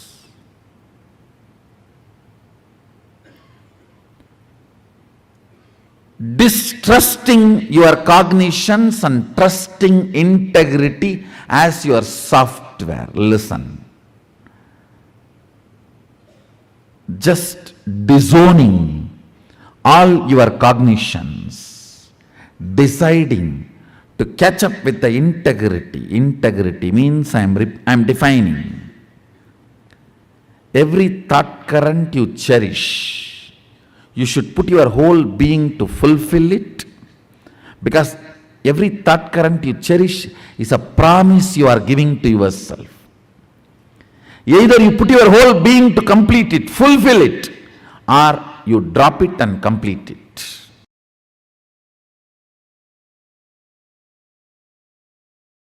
What I mean by the word enriching is you taking responsibility with integrity and authenticity that you are committed to continuously enriching making difference to yourself and to others.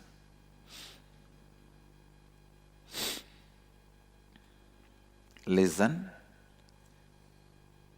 You taking responsibility with integrity and authenticity that you are committed to continuously enriching, making a difference to yourself and to others.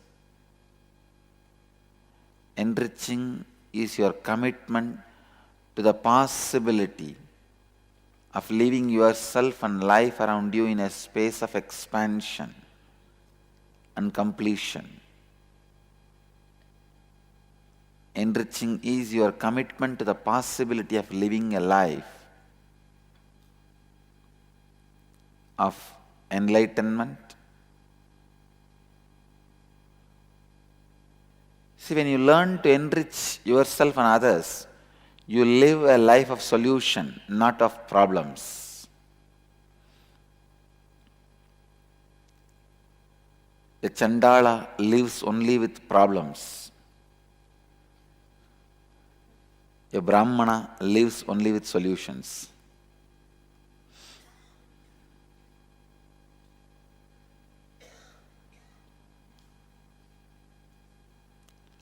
Kshatriya makes problems, Vaishya solves problems. But even Vaishya and Kshatriya does not have solution. They take it only from Brahmana. Enriching is your commitment to the possibility of being superhuman, living continuously the divine consciousness.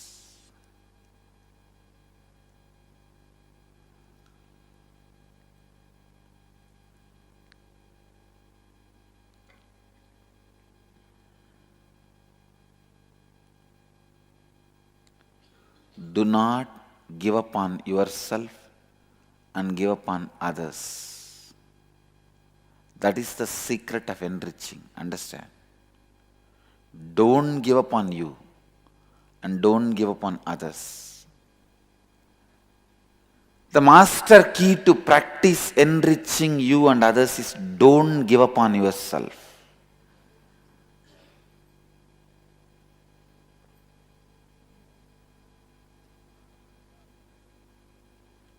I don't give up on me and I don't give up on others. I don't give up on me and I don't give up on others. Please understand.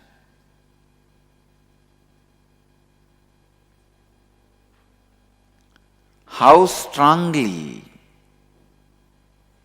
you are going to remind yourself not to give up on you and others, that is going to make the success of your life, and that is going to keep your crown center alive, Sahasrara alive.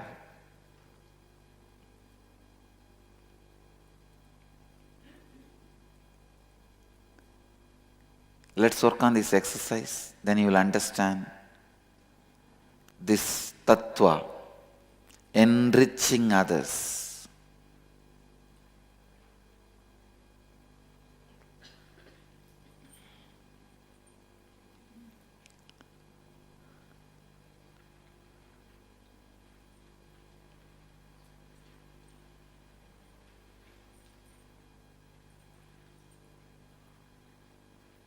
Make a list of all aspects of your life that you are not satisfied or happy about it. Look deeply into each of these aspects of your life and identify where you are not taking responsibility for your non-integrated and inauthentic thoughts, words and actions that are present in these aspects of your life. Now with awareness, bring integrity, authenticity and responsibility to these aspects of your life and visualize that now you are a being in a space of expansion, happiness and gratitude. Write down what are the new thoughts, words and actions you will take in the same aspects of your life now. inside this new space of being in expansion, happiness and gratitude, write down in what ways you will now enrich yourself and others in your life, in all other aspects of your life.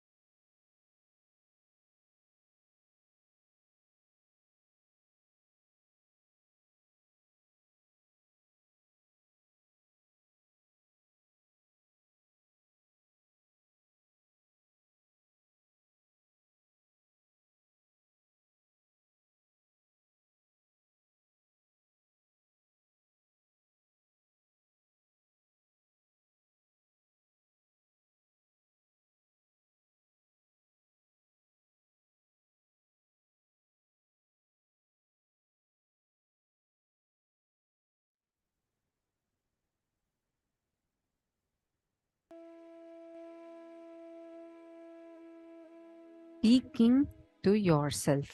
How to speak to yourself, how to listen to yourself. Very beautifully, Swamiji, starting with explaining from Bhagavad Gita about how Arjuna went through this. When Arjuna went through this whole feeling like literally his Gandiva is slipping from his hand, going through the worst powerlessness and incompletion. How Krishna spoke into his listening. And that Arjuna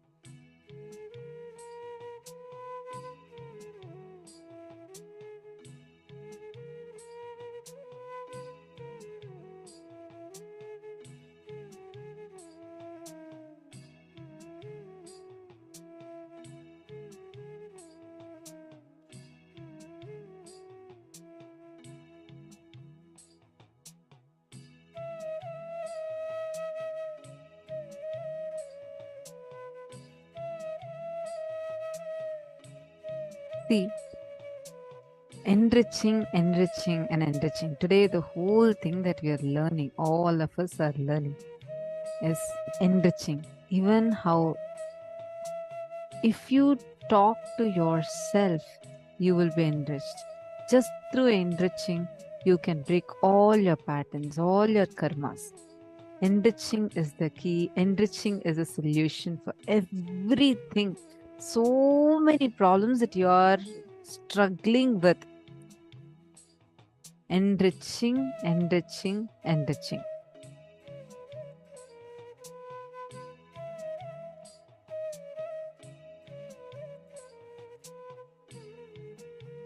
Virupaksha are asking for the link where Swamiji is speaking about the software. Where Swamiji says right now we all are operating from virus instead of the software. Some of these we would actually be sending it to you as a part of the homework, and our support team will find that video and send it to you, Ma. Our support desk team will send that video to you.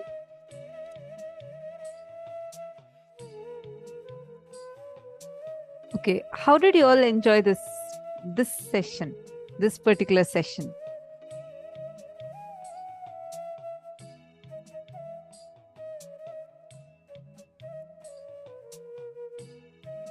See, Ma Lucy, I'm just reading your message. Do not clutch yourself with what you are seeing as a person's blind spot. I'm seeing, I just read your message, the scanning you're done to Ma Nisha Ben. Whatever is revealed in your third eye, just share that. Do not clutch yourself to what you are seeing through your third eye. Only then you will start relaxing from your cognition, your logic, and actually start operating from the cosmic logic. Right now, we all are operating from our own logic. We are operating from whatever we are thinking inside us.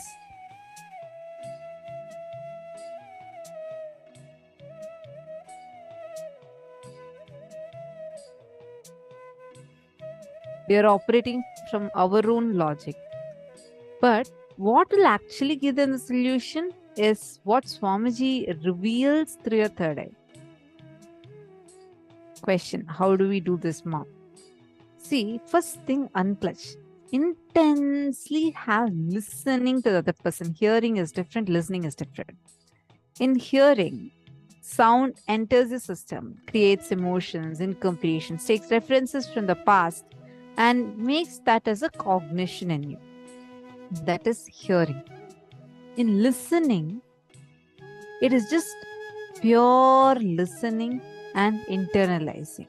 Whatever is being heard by you does not create reactions in you. It just becomes a part of your cognition. Have first open pure listening space.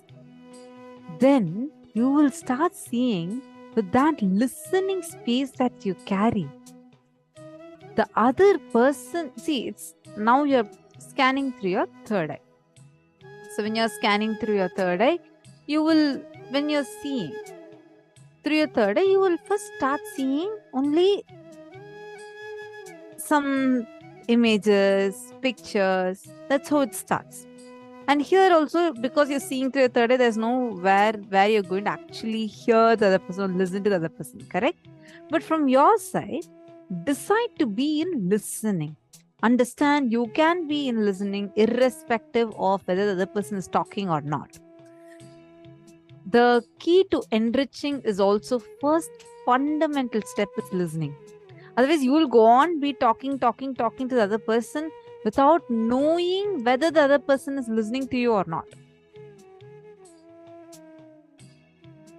Are you understanding, Ma? So first thing, be in listening.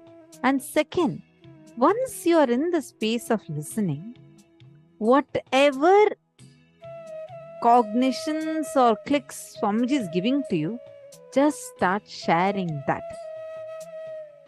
First step, be in listening. Automatically, Swamiji will start showing it to you. Then you will see, with minimum words, so much Swamiji will reveal to you. The other person will immediately have a breakthrough. You'll be like, okay, this is exactly what I was waiting for. You understanding, ma? Sorry if any of you have posted any questions before this. I'm not really able to see because a lot of scanning conversations I'm seeing. If you have any question and if I miss answering some of your question, I request you to post it again. I apologize for that inconvenience. Just post it again and we'll be able to answer your questions. There are too many messages.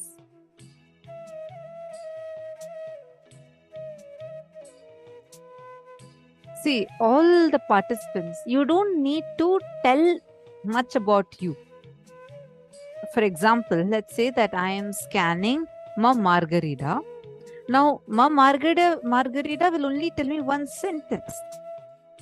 Let's say she's saying that I just want to know why I'm having specs.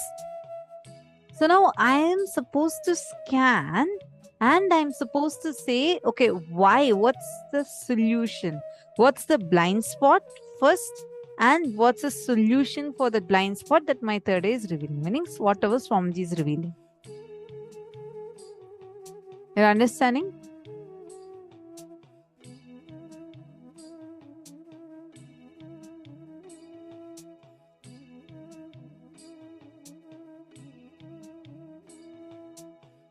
Ma Angelica, are you understanding? Ma Jacqueline, Ma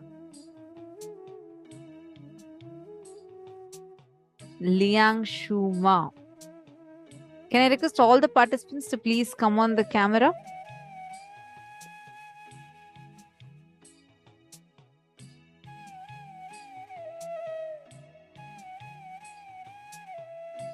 And all the viewers on YouTube who are watching us now, how many of you clicked with what Swamiji revealed in the session?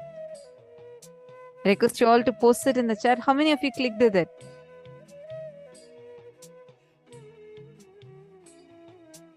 Ravi Kashyap, Ariel, Nithyanandam, all the participants who are watching, or the viewers who are watching us through YouTube, Facebook, what are the clicks that each of you had?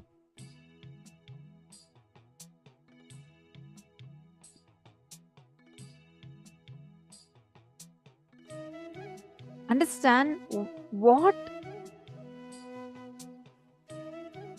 See, enriching really helps you to even come out of the blind spots and struggles and cognitions that you have been struggling with. So it's the key for so many things.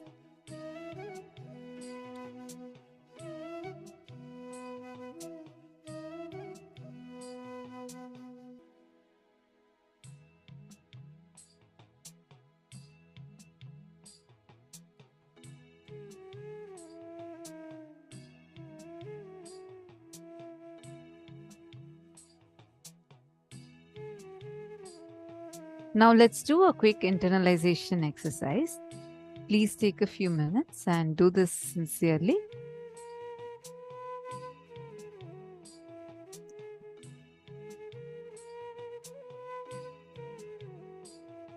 Make a list of all the aspects of your life that you are not satisfied or happy about it. Look deeply into each of these aspects of your life and identify where is it that you're not taking responsibility for your non-integrated and inauthentic thoughts, words, and actions that are present in these aspects of your life.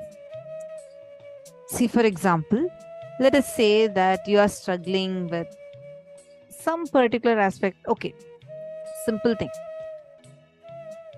Let us say that you really want to manifest powers. So many of us here want to really manifest powers. But then you're saying that you're not having a breakthrough. And you're wondering why. Then you're trying to self-criticize yourself, saying, oh, probably these powers are not for me. Or maybe you're telling to yourself that, okay, maybe this, maybe work for others, but not for me. We all convince ourselves with so many such logics, right? You go on and on and on talking to yourself like this. Just take a few minutes. Now you're going to look into that aspect. Why am I not manifesting powers? This is just one example I'm giving. Why am I not manifesting powers? This is an area that I'm not satisfied about. I'm struggling a lot. I'm not satisfied about it. You're going to look into this and identify where exactly you are not taking responsibility for yourself. Not taking responsibility here means, for example, you're seeing, okay, look inside.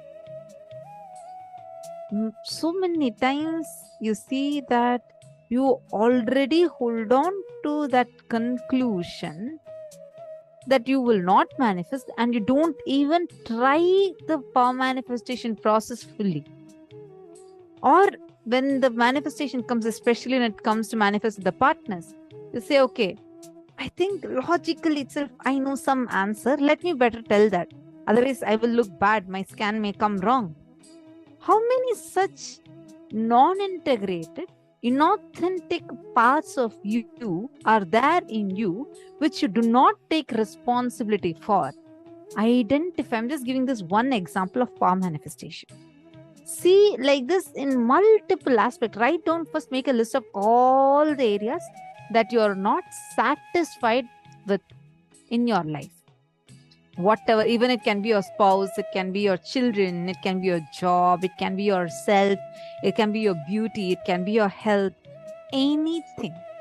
The areas where you feel you're not satisfied about it, you're struggling, you're not satisfied, you're stuck. Are you all understanding? First, you're going to make a list of this.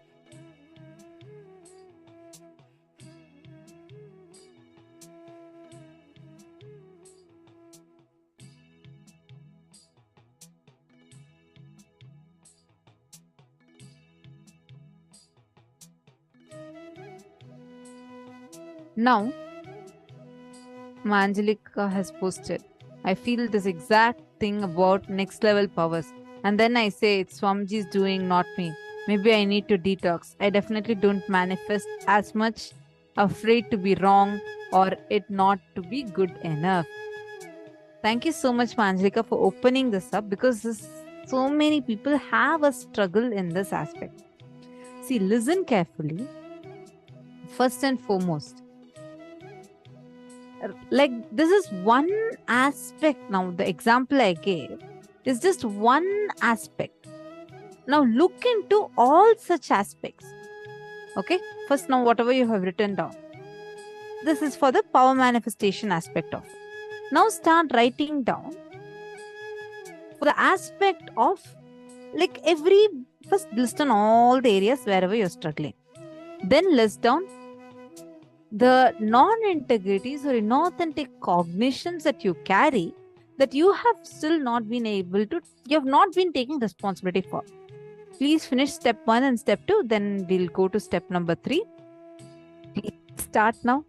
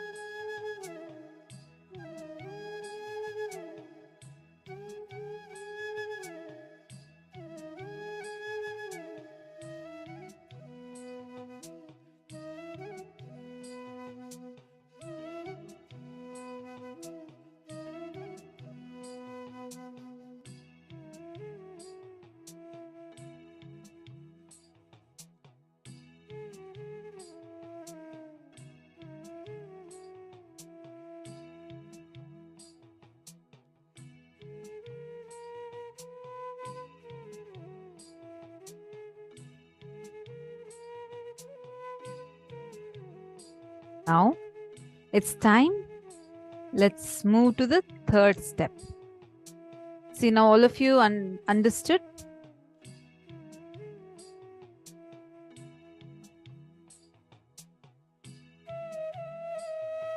See,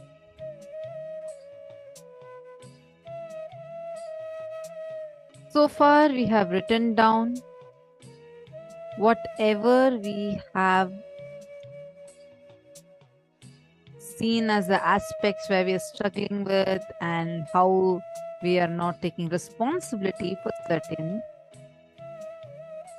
inauthentic, non-integrated thoughts, words, and actions that are present in these aspects of life. Am I right? That's what we all just penned down. And we have identified that.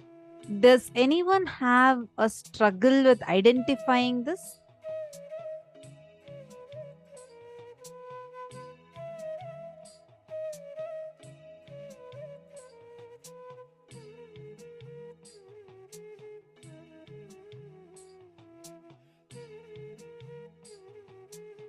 Okay, Ma Lucy has posted. I thank you. Okay, regarding the question that you answered for Ma Donna, I thank you for this too.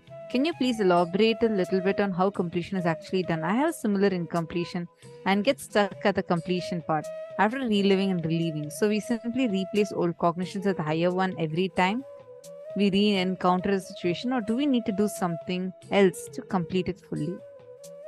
Ma Lucy, I actually just first wanted to take a moment to appreciate your sincere participation. I've been noting like how every session you are sincerely participating and listening intensely. So congratulations for that part. And for this part about completion, yes, I'm just going to explain to you. See, the completion is a very, very stick, powerful, authentic technique that has gifted to us. One process of completion, you will notice how much of shift and transformation this can bring inside of you. So you need to understand how to do this process rightly.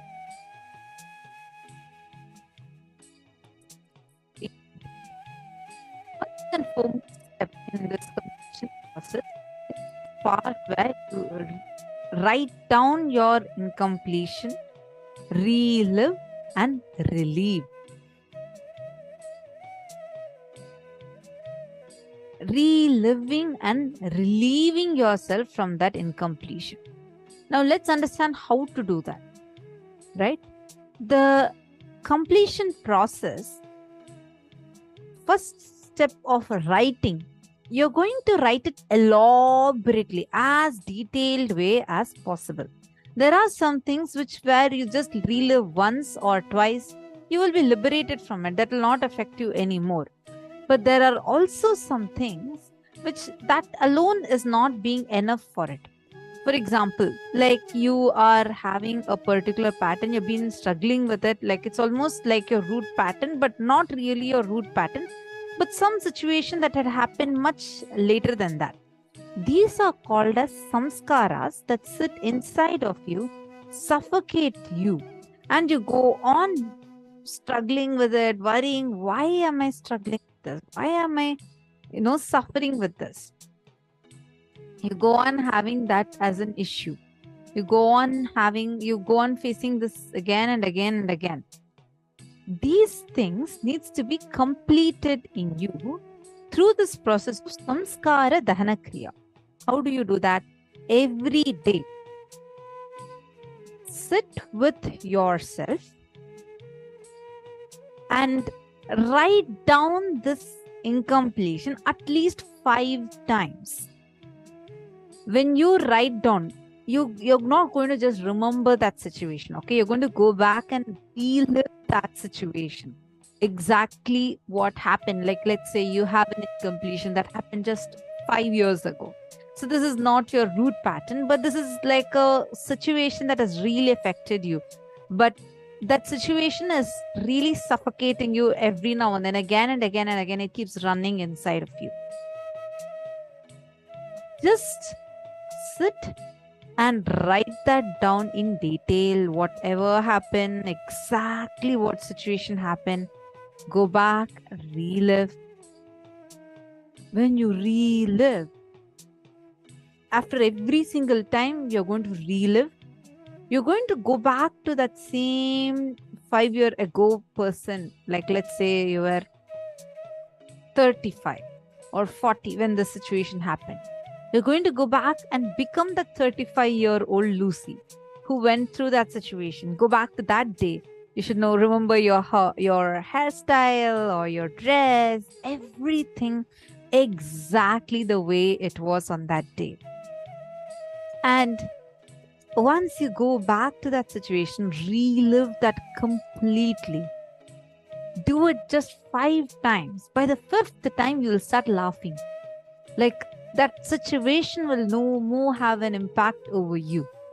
And first, write down, sit, relive the whole situation again, and go and share it to Swamiji. Again, relive the whole situation. Sorry, write down the second time, sit and relive, go and share it to Swamiji's Atmamurti. Just try this 5 times. You'll see that incompletion will just suddenly disappear. And also, building your teamly and make them also understand this completion process and then completing with them. That's actually the next level process. It will come under, like, when you do the living Advaita process, you'll understand that. That's why having a team is too important. When you do the completion with them, suddenly you will see no more this incompletion is able to affect you. You understood, ma? Wonderful. Ma Sneha Patel, I hope you're not driving. See, Swamiji has told a clear no for anyone that's driving to be in any program, because this is for your own safety. Otherwise, you'll be listening and you may be distracted from the road. So Swamiji said very clearly, for your safety, caring for your safety, Swamiji has told not to drive and listen to the sessions. If you want to listen to the session, you can park somewhere and listen, but do not drive and listen.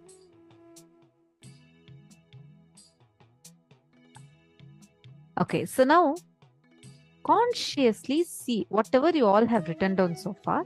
Consciously see and what exactly are going to be the new thought, new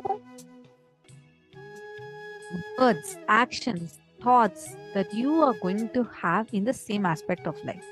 With awareness, bring integrity, authenticity, and responsibility to these aspects of your life, and visualize that now you are being in the space of expansion, happiness, and gratitude. Write down what are the new thoughts, new words, new actions you will take in the same aspects of your life now. Inside this new space of being an expansion, happiness, and gratitude, write down in what ways you will now enrich yourself and enrich others in your life, in all other aspects of your life. Please start.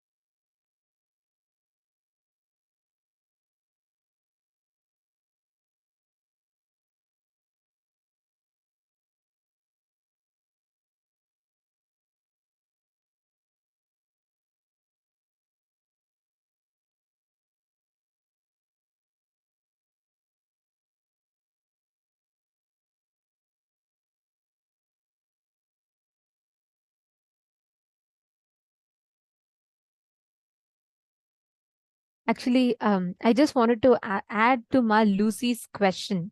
You had asked about the completion. See, Ma, you know why we are asked to relive? So many of you had asked, right? Why should we relive? It's just reliving. That's all. Is it just going through the incident again and again and again? Is that all completion? Yes. You know why? Because every time you go through an emotion, right? Every time you go through an incompletion. Let's say, for example, someone tells something that triggers you, that sets you off. Then the moment you get triggered, okay, what do? You express emotions, right? Now, how many of you have seen whenever you go through a particular type of emotion, many times your body physically reacts, physically responds to a particular type of emotion. For example, sometimes when you get stressed, too stressed, you feel like it's going beyond. You will feel like a splitting headache or, severe pain in the shoulders. How many of you have noticed such things?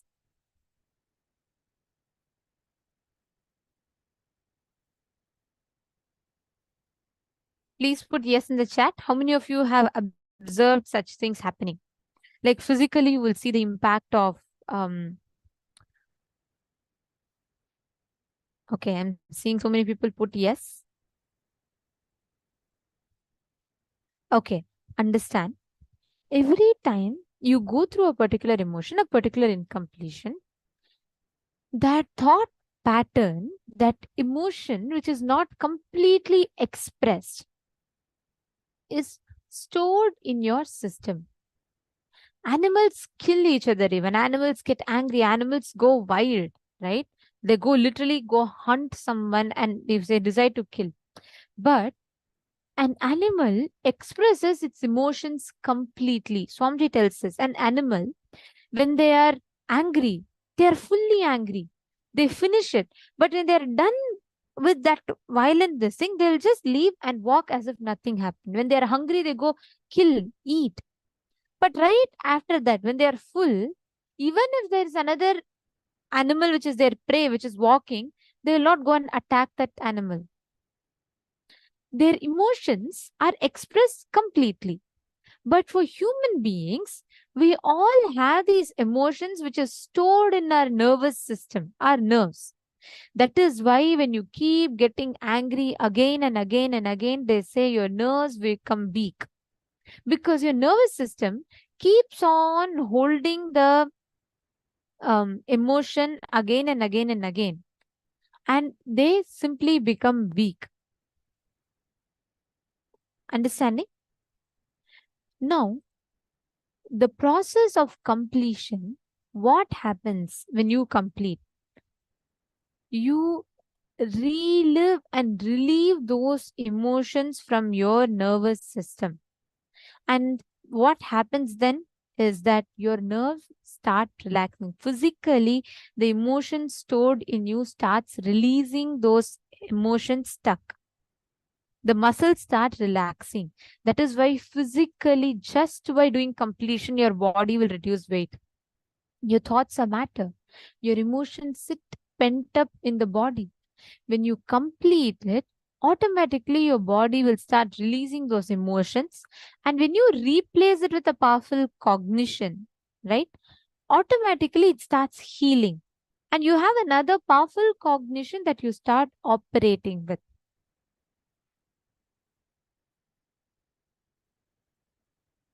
Okay, understanding? Great. Now, I'm going to request all the participants here, every one of you, to please sit in this space with this understanding and manifest powers. And we're going to manifest a super cool power. Okay. We're going to be manifesting. See, when you are complete with someone, right? When you are oneness, when you're experiencing oneness with someone, you get the ability to communicate to another person without accessing the device, which means without you having to message someone or physically, verbally communicate to someone, you will be able to communicate to another person. It's a very, very interesting power. Let's say, for example, Ma Sumita Soom. Okay. So let's say Ma Sumita Som wants to convey an action to Ma Christina. Now, without Ma Sumita having to tell her verbally something, she can just say, okay, Ma Christina, please go pick up water bottle. And Ma Christina will actually do that action without having that physical communication. It's a super cool power. Have you all heard of telepathy? Like you send a message to another person and they receive it. This is literally that power. You can communicate to another person without you having to verbally talk to them. Are you all ready for it? I'll explain the process. But first, can I request every one of you to pair up with a partner? You all should be able to see your partner. Can each of you connect to a partner here? You all can do it amongst the participants itself. Ma Venkateshananda can do with one person. Ma Indra Sidambaranathan, Ma Saroj, Ma Salishan, Ma Nitya Nareshananda, Ma Jnana Pradata, Ma Ananda Shakti. Every one of you can, I request all of you to connect to a partner. Jnaneshwaraya, you should also manifest. Probably you and Ma Carry Chow can connect with each other. This will simply, like very easily, you'll be able to do this power without messaging, without you having to use a device. You will be able to communicate to another person.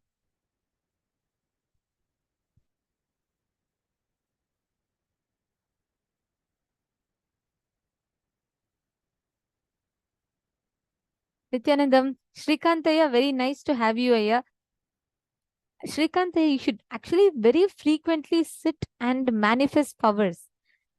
I remember you were there in the courtyard in the first Nityananda Yogam, in the first of the few Nityananda Yogams. And I remember my initial training of power manifestation with Swamiji. So many times I have sat with you and manifested these powers using Krishna Shila, or, you know, whether it's a remote vision, in fact, scanning the office, and so many powers. And all that is literally sitting in your biomemory, because Swamiji said, like, all the people who were there, the Nityananda Yogam participants at that time, those who were there, all of you have, along with us Balasans, you all also have received those powers. So it's just that you can, and especially you have Arya and I forget their names, sorry, Kapilesha, right? Kapilesha and Jnana Mudra. You can just sit with them and just manifest. Yeah? Both you and the kids, literally you have all of these stored in your biomemory. You should just sit and awaken those constantly and manifest. Living in the physical presence around Swamiji, especially in such an intimate setting as the courtyard, and receiving those initiations literally are etched in each of our biomemories. When you actually manifest powers, you are going back to those moments, you are awakening those memories and manifesting. It will make it, like, I should say, it's 1,000,000 times easier for you to manifest powers compared to another person who just received the initiations. So you should just sit, and if you could get Jnanamudra and Kapileshananda also, and just make them sit with you and manifest. Let them just spend every day, right after darshan, just that 21 minutes. Please, I just request you not to lose touch with manifesting powers. Especially Jnananjana, and, you know, applying all of that and sitting, it will have a phenomenal impact. And those two kids also, they're like Swamiji's kids. They have been initiated from the young age. So if you could please bring them also, yeah? Yes, great. You can apply the Jnananjana, and even if they are around, if you could please bring them. I remember a lot of my power manifestation breakthroughs in the initial stages, I sat with Ayya and only manifested. Whether the first time entanglement Swamiji taught, Swamiji had told for Ayya only as an answer to his question.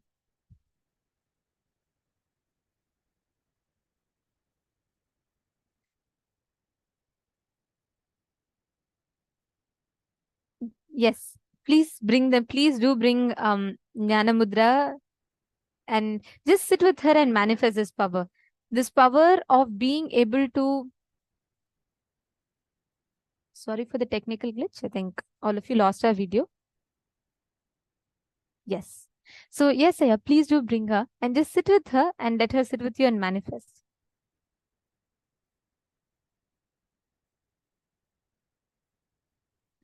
Come on, every one of you, now that each of you have connected to a partner, listen very carefully.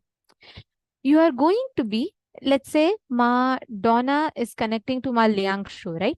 So, Ma Donna, you are going to be seeing Ma Liangshu. Both, all of you, please understand, you should be seeing your partner. You are not going to be verbally communicating. Ma Sumita will not tell Ma Christina to go and pick up the bottle, but Ma Sumita will write it down in a piece of paper. For example, Ma Sumita, you should write down, Ma Christina, please go and pick up the bottle and keep it. Now, Ma Christina will actually scan Ma Sumita and you will see what exactly is the word she is telling you. It is just like a telepathy. You will be able to feel it. Okay, you can, for the first level, you can start asking, okay, is it the picking up water bottle? Or you can check with her, Ma, did you just tell me to go and pick up the water bottle? Or did you just tell me to wave my left hand? Did you just tell me to dance? You're going to be verifying with your partner what they said. You will actually see when you connect to the partner and when you do it, you will be able to receive it precisely whatever they are saying, you'll be able to receive it in you. Perfect. Shrikant Ayya, thank you for bringing Jnana Mudra also. Nityananda Jnana Mudra. Jnana Mudra, come on. Sit with Ayya and you will be able to manifest all the powers. Okay. You are Swamiji's kid. You have been initiated since when you are like so small. You and Kapilesha have been initiated into all of these powers. So just sit with him. Actually, Shrikantaya, when you were there in the Nityananda Yogam time, only Swamiji had initiated me and Ma Mahayoga into this power of just connecting to another person and being able to message. So all of you are initiated by Swamiji physically with this power. So just sit and you can write down something in a piece of paper. Keep it. Like for example, you can say Jnana Mudra to go and put garland of Swamiji's Atma Murti behind. Okay, and you just keep it. She's going to scan and first identify what you're telling her. Like mind reading. Just start it like a game. Per person, only 3 minutes, not more than 3 minutes. For example, in the first round, let's say Shrikantaya is going to write down Jnana Mudra to go and pick up a piece of paper. And you're going to just keep it with you, not show anyone. And you're going to be holding that in your inner space. Jnana Mudra can actually scan and identify what you're doing. You can even visualize apple. You can visualize orange. You can even visualize something. First, let Jnana Mudra scan and identify what you're thinking about for 3 minutes. Then in the next round, Jnana Mudra can hold something and Shrikantaya, you can try identifying what she's visualizing. You will actually be able to see it in your third eye. It will actually appear to you. Just scan and look intensely into her third eye. See what exactly she's visualizing. You will see actually the inner space will open up and you will be able to see it. Yes. Jnana Mudra, come on. Sit with Ayya and manifest, okay?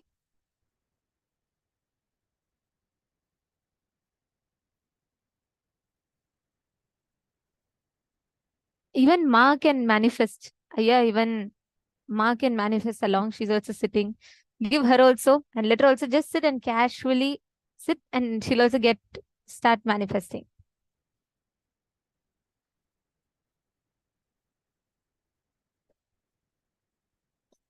Jnana Mudra, every day as much as possible, come and sit for power manifestation. See, Kanna, all the initiations are stored in your biomemory. It has a huge impact when you sit in power manifestation, even amidst all your other things. Just sit here, spend time at least 21 minutes a day, Jnana Mudra. 40 minutes actually. Because when you manifest powers, all these, your biomemory will get awakened in you. All that intelligence will get awakened in you. Okay, perfect. Thank you. All the others, please chant the Mahavakya. Start. See the other person. All the participants, please make sure you're able to see your partner on the Zoom. So the focus mode is off. So you all will be able to see each other. See them and identify what exactly is it that they are holding. And do not do one round more than 3 minutes. You all can exchange, switch.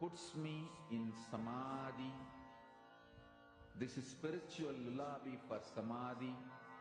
And Suprabhatam, wake up song for Paramashiva in me. For Paramashiva to manifest. With this one spiritual powerful cognition, chant this Mahavagya.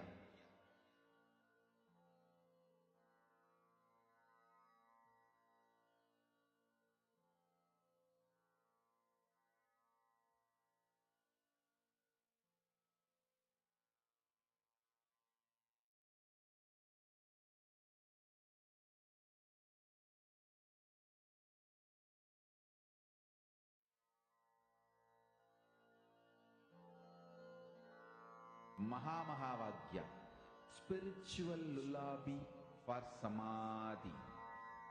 And Suprabhatam, wake up call, wake up song for Paramashiva. For Paramashiva to manifest.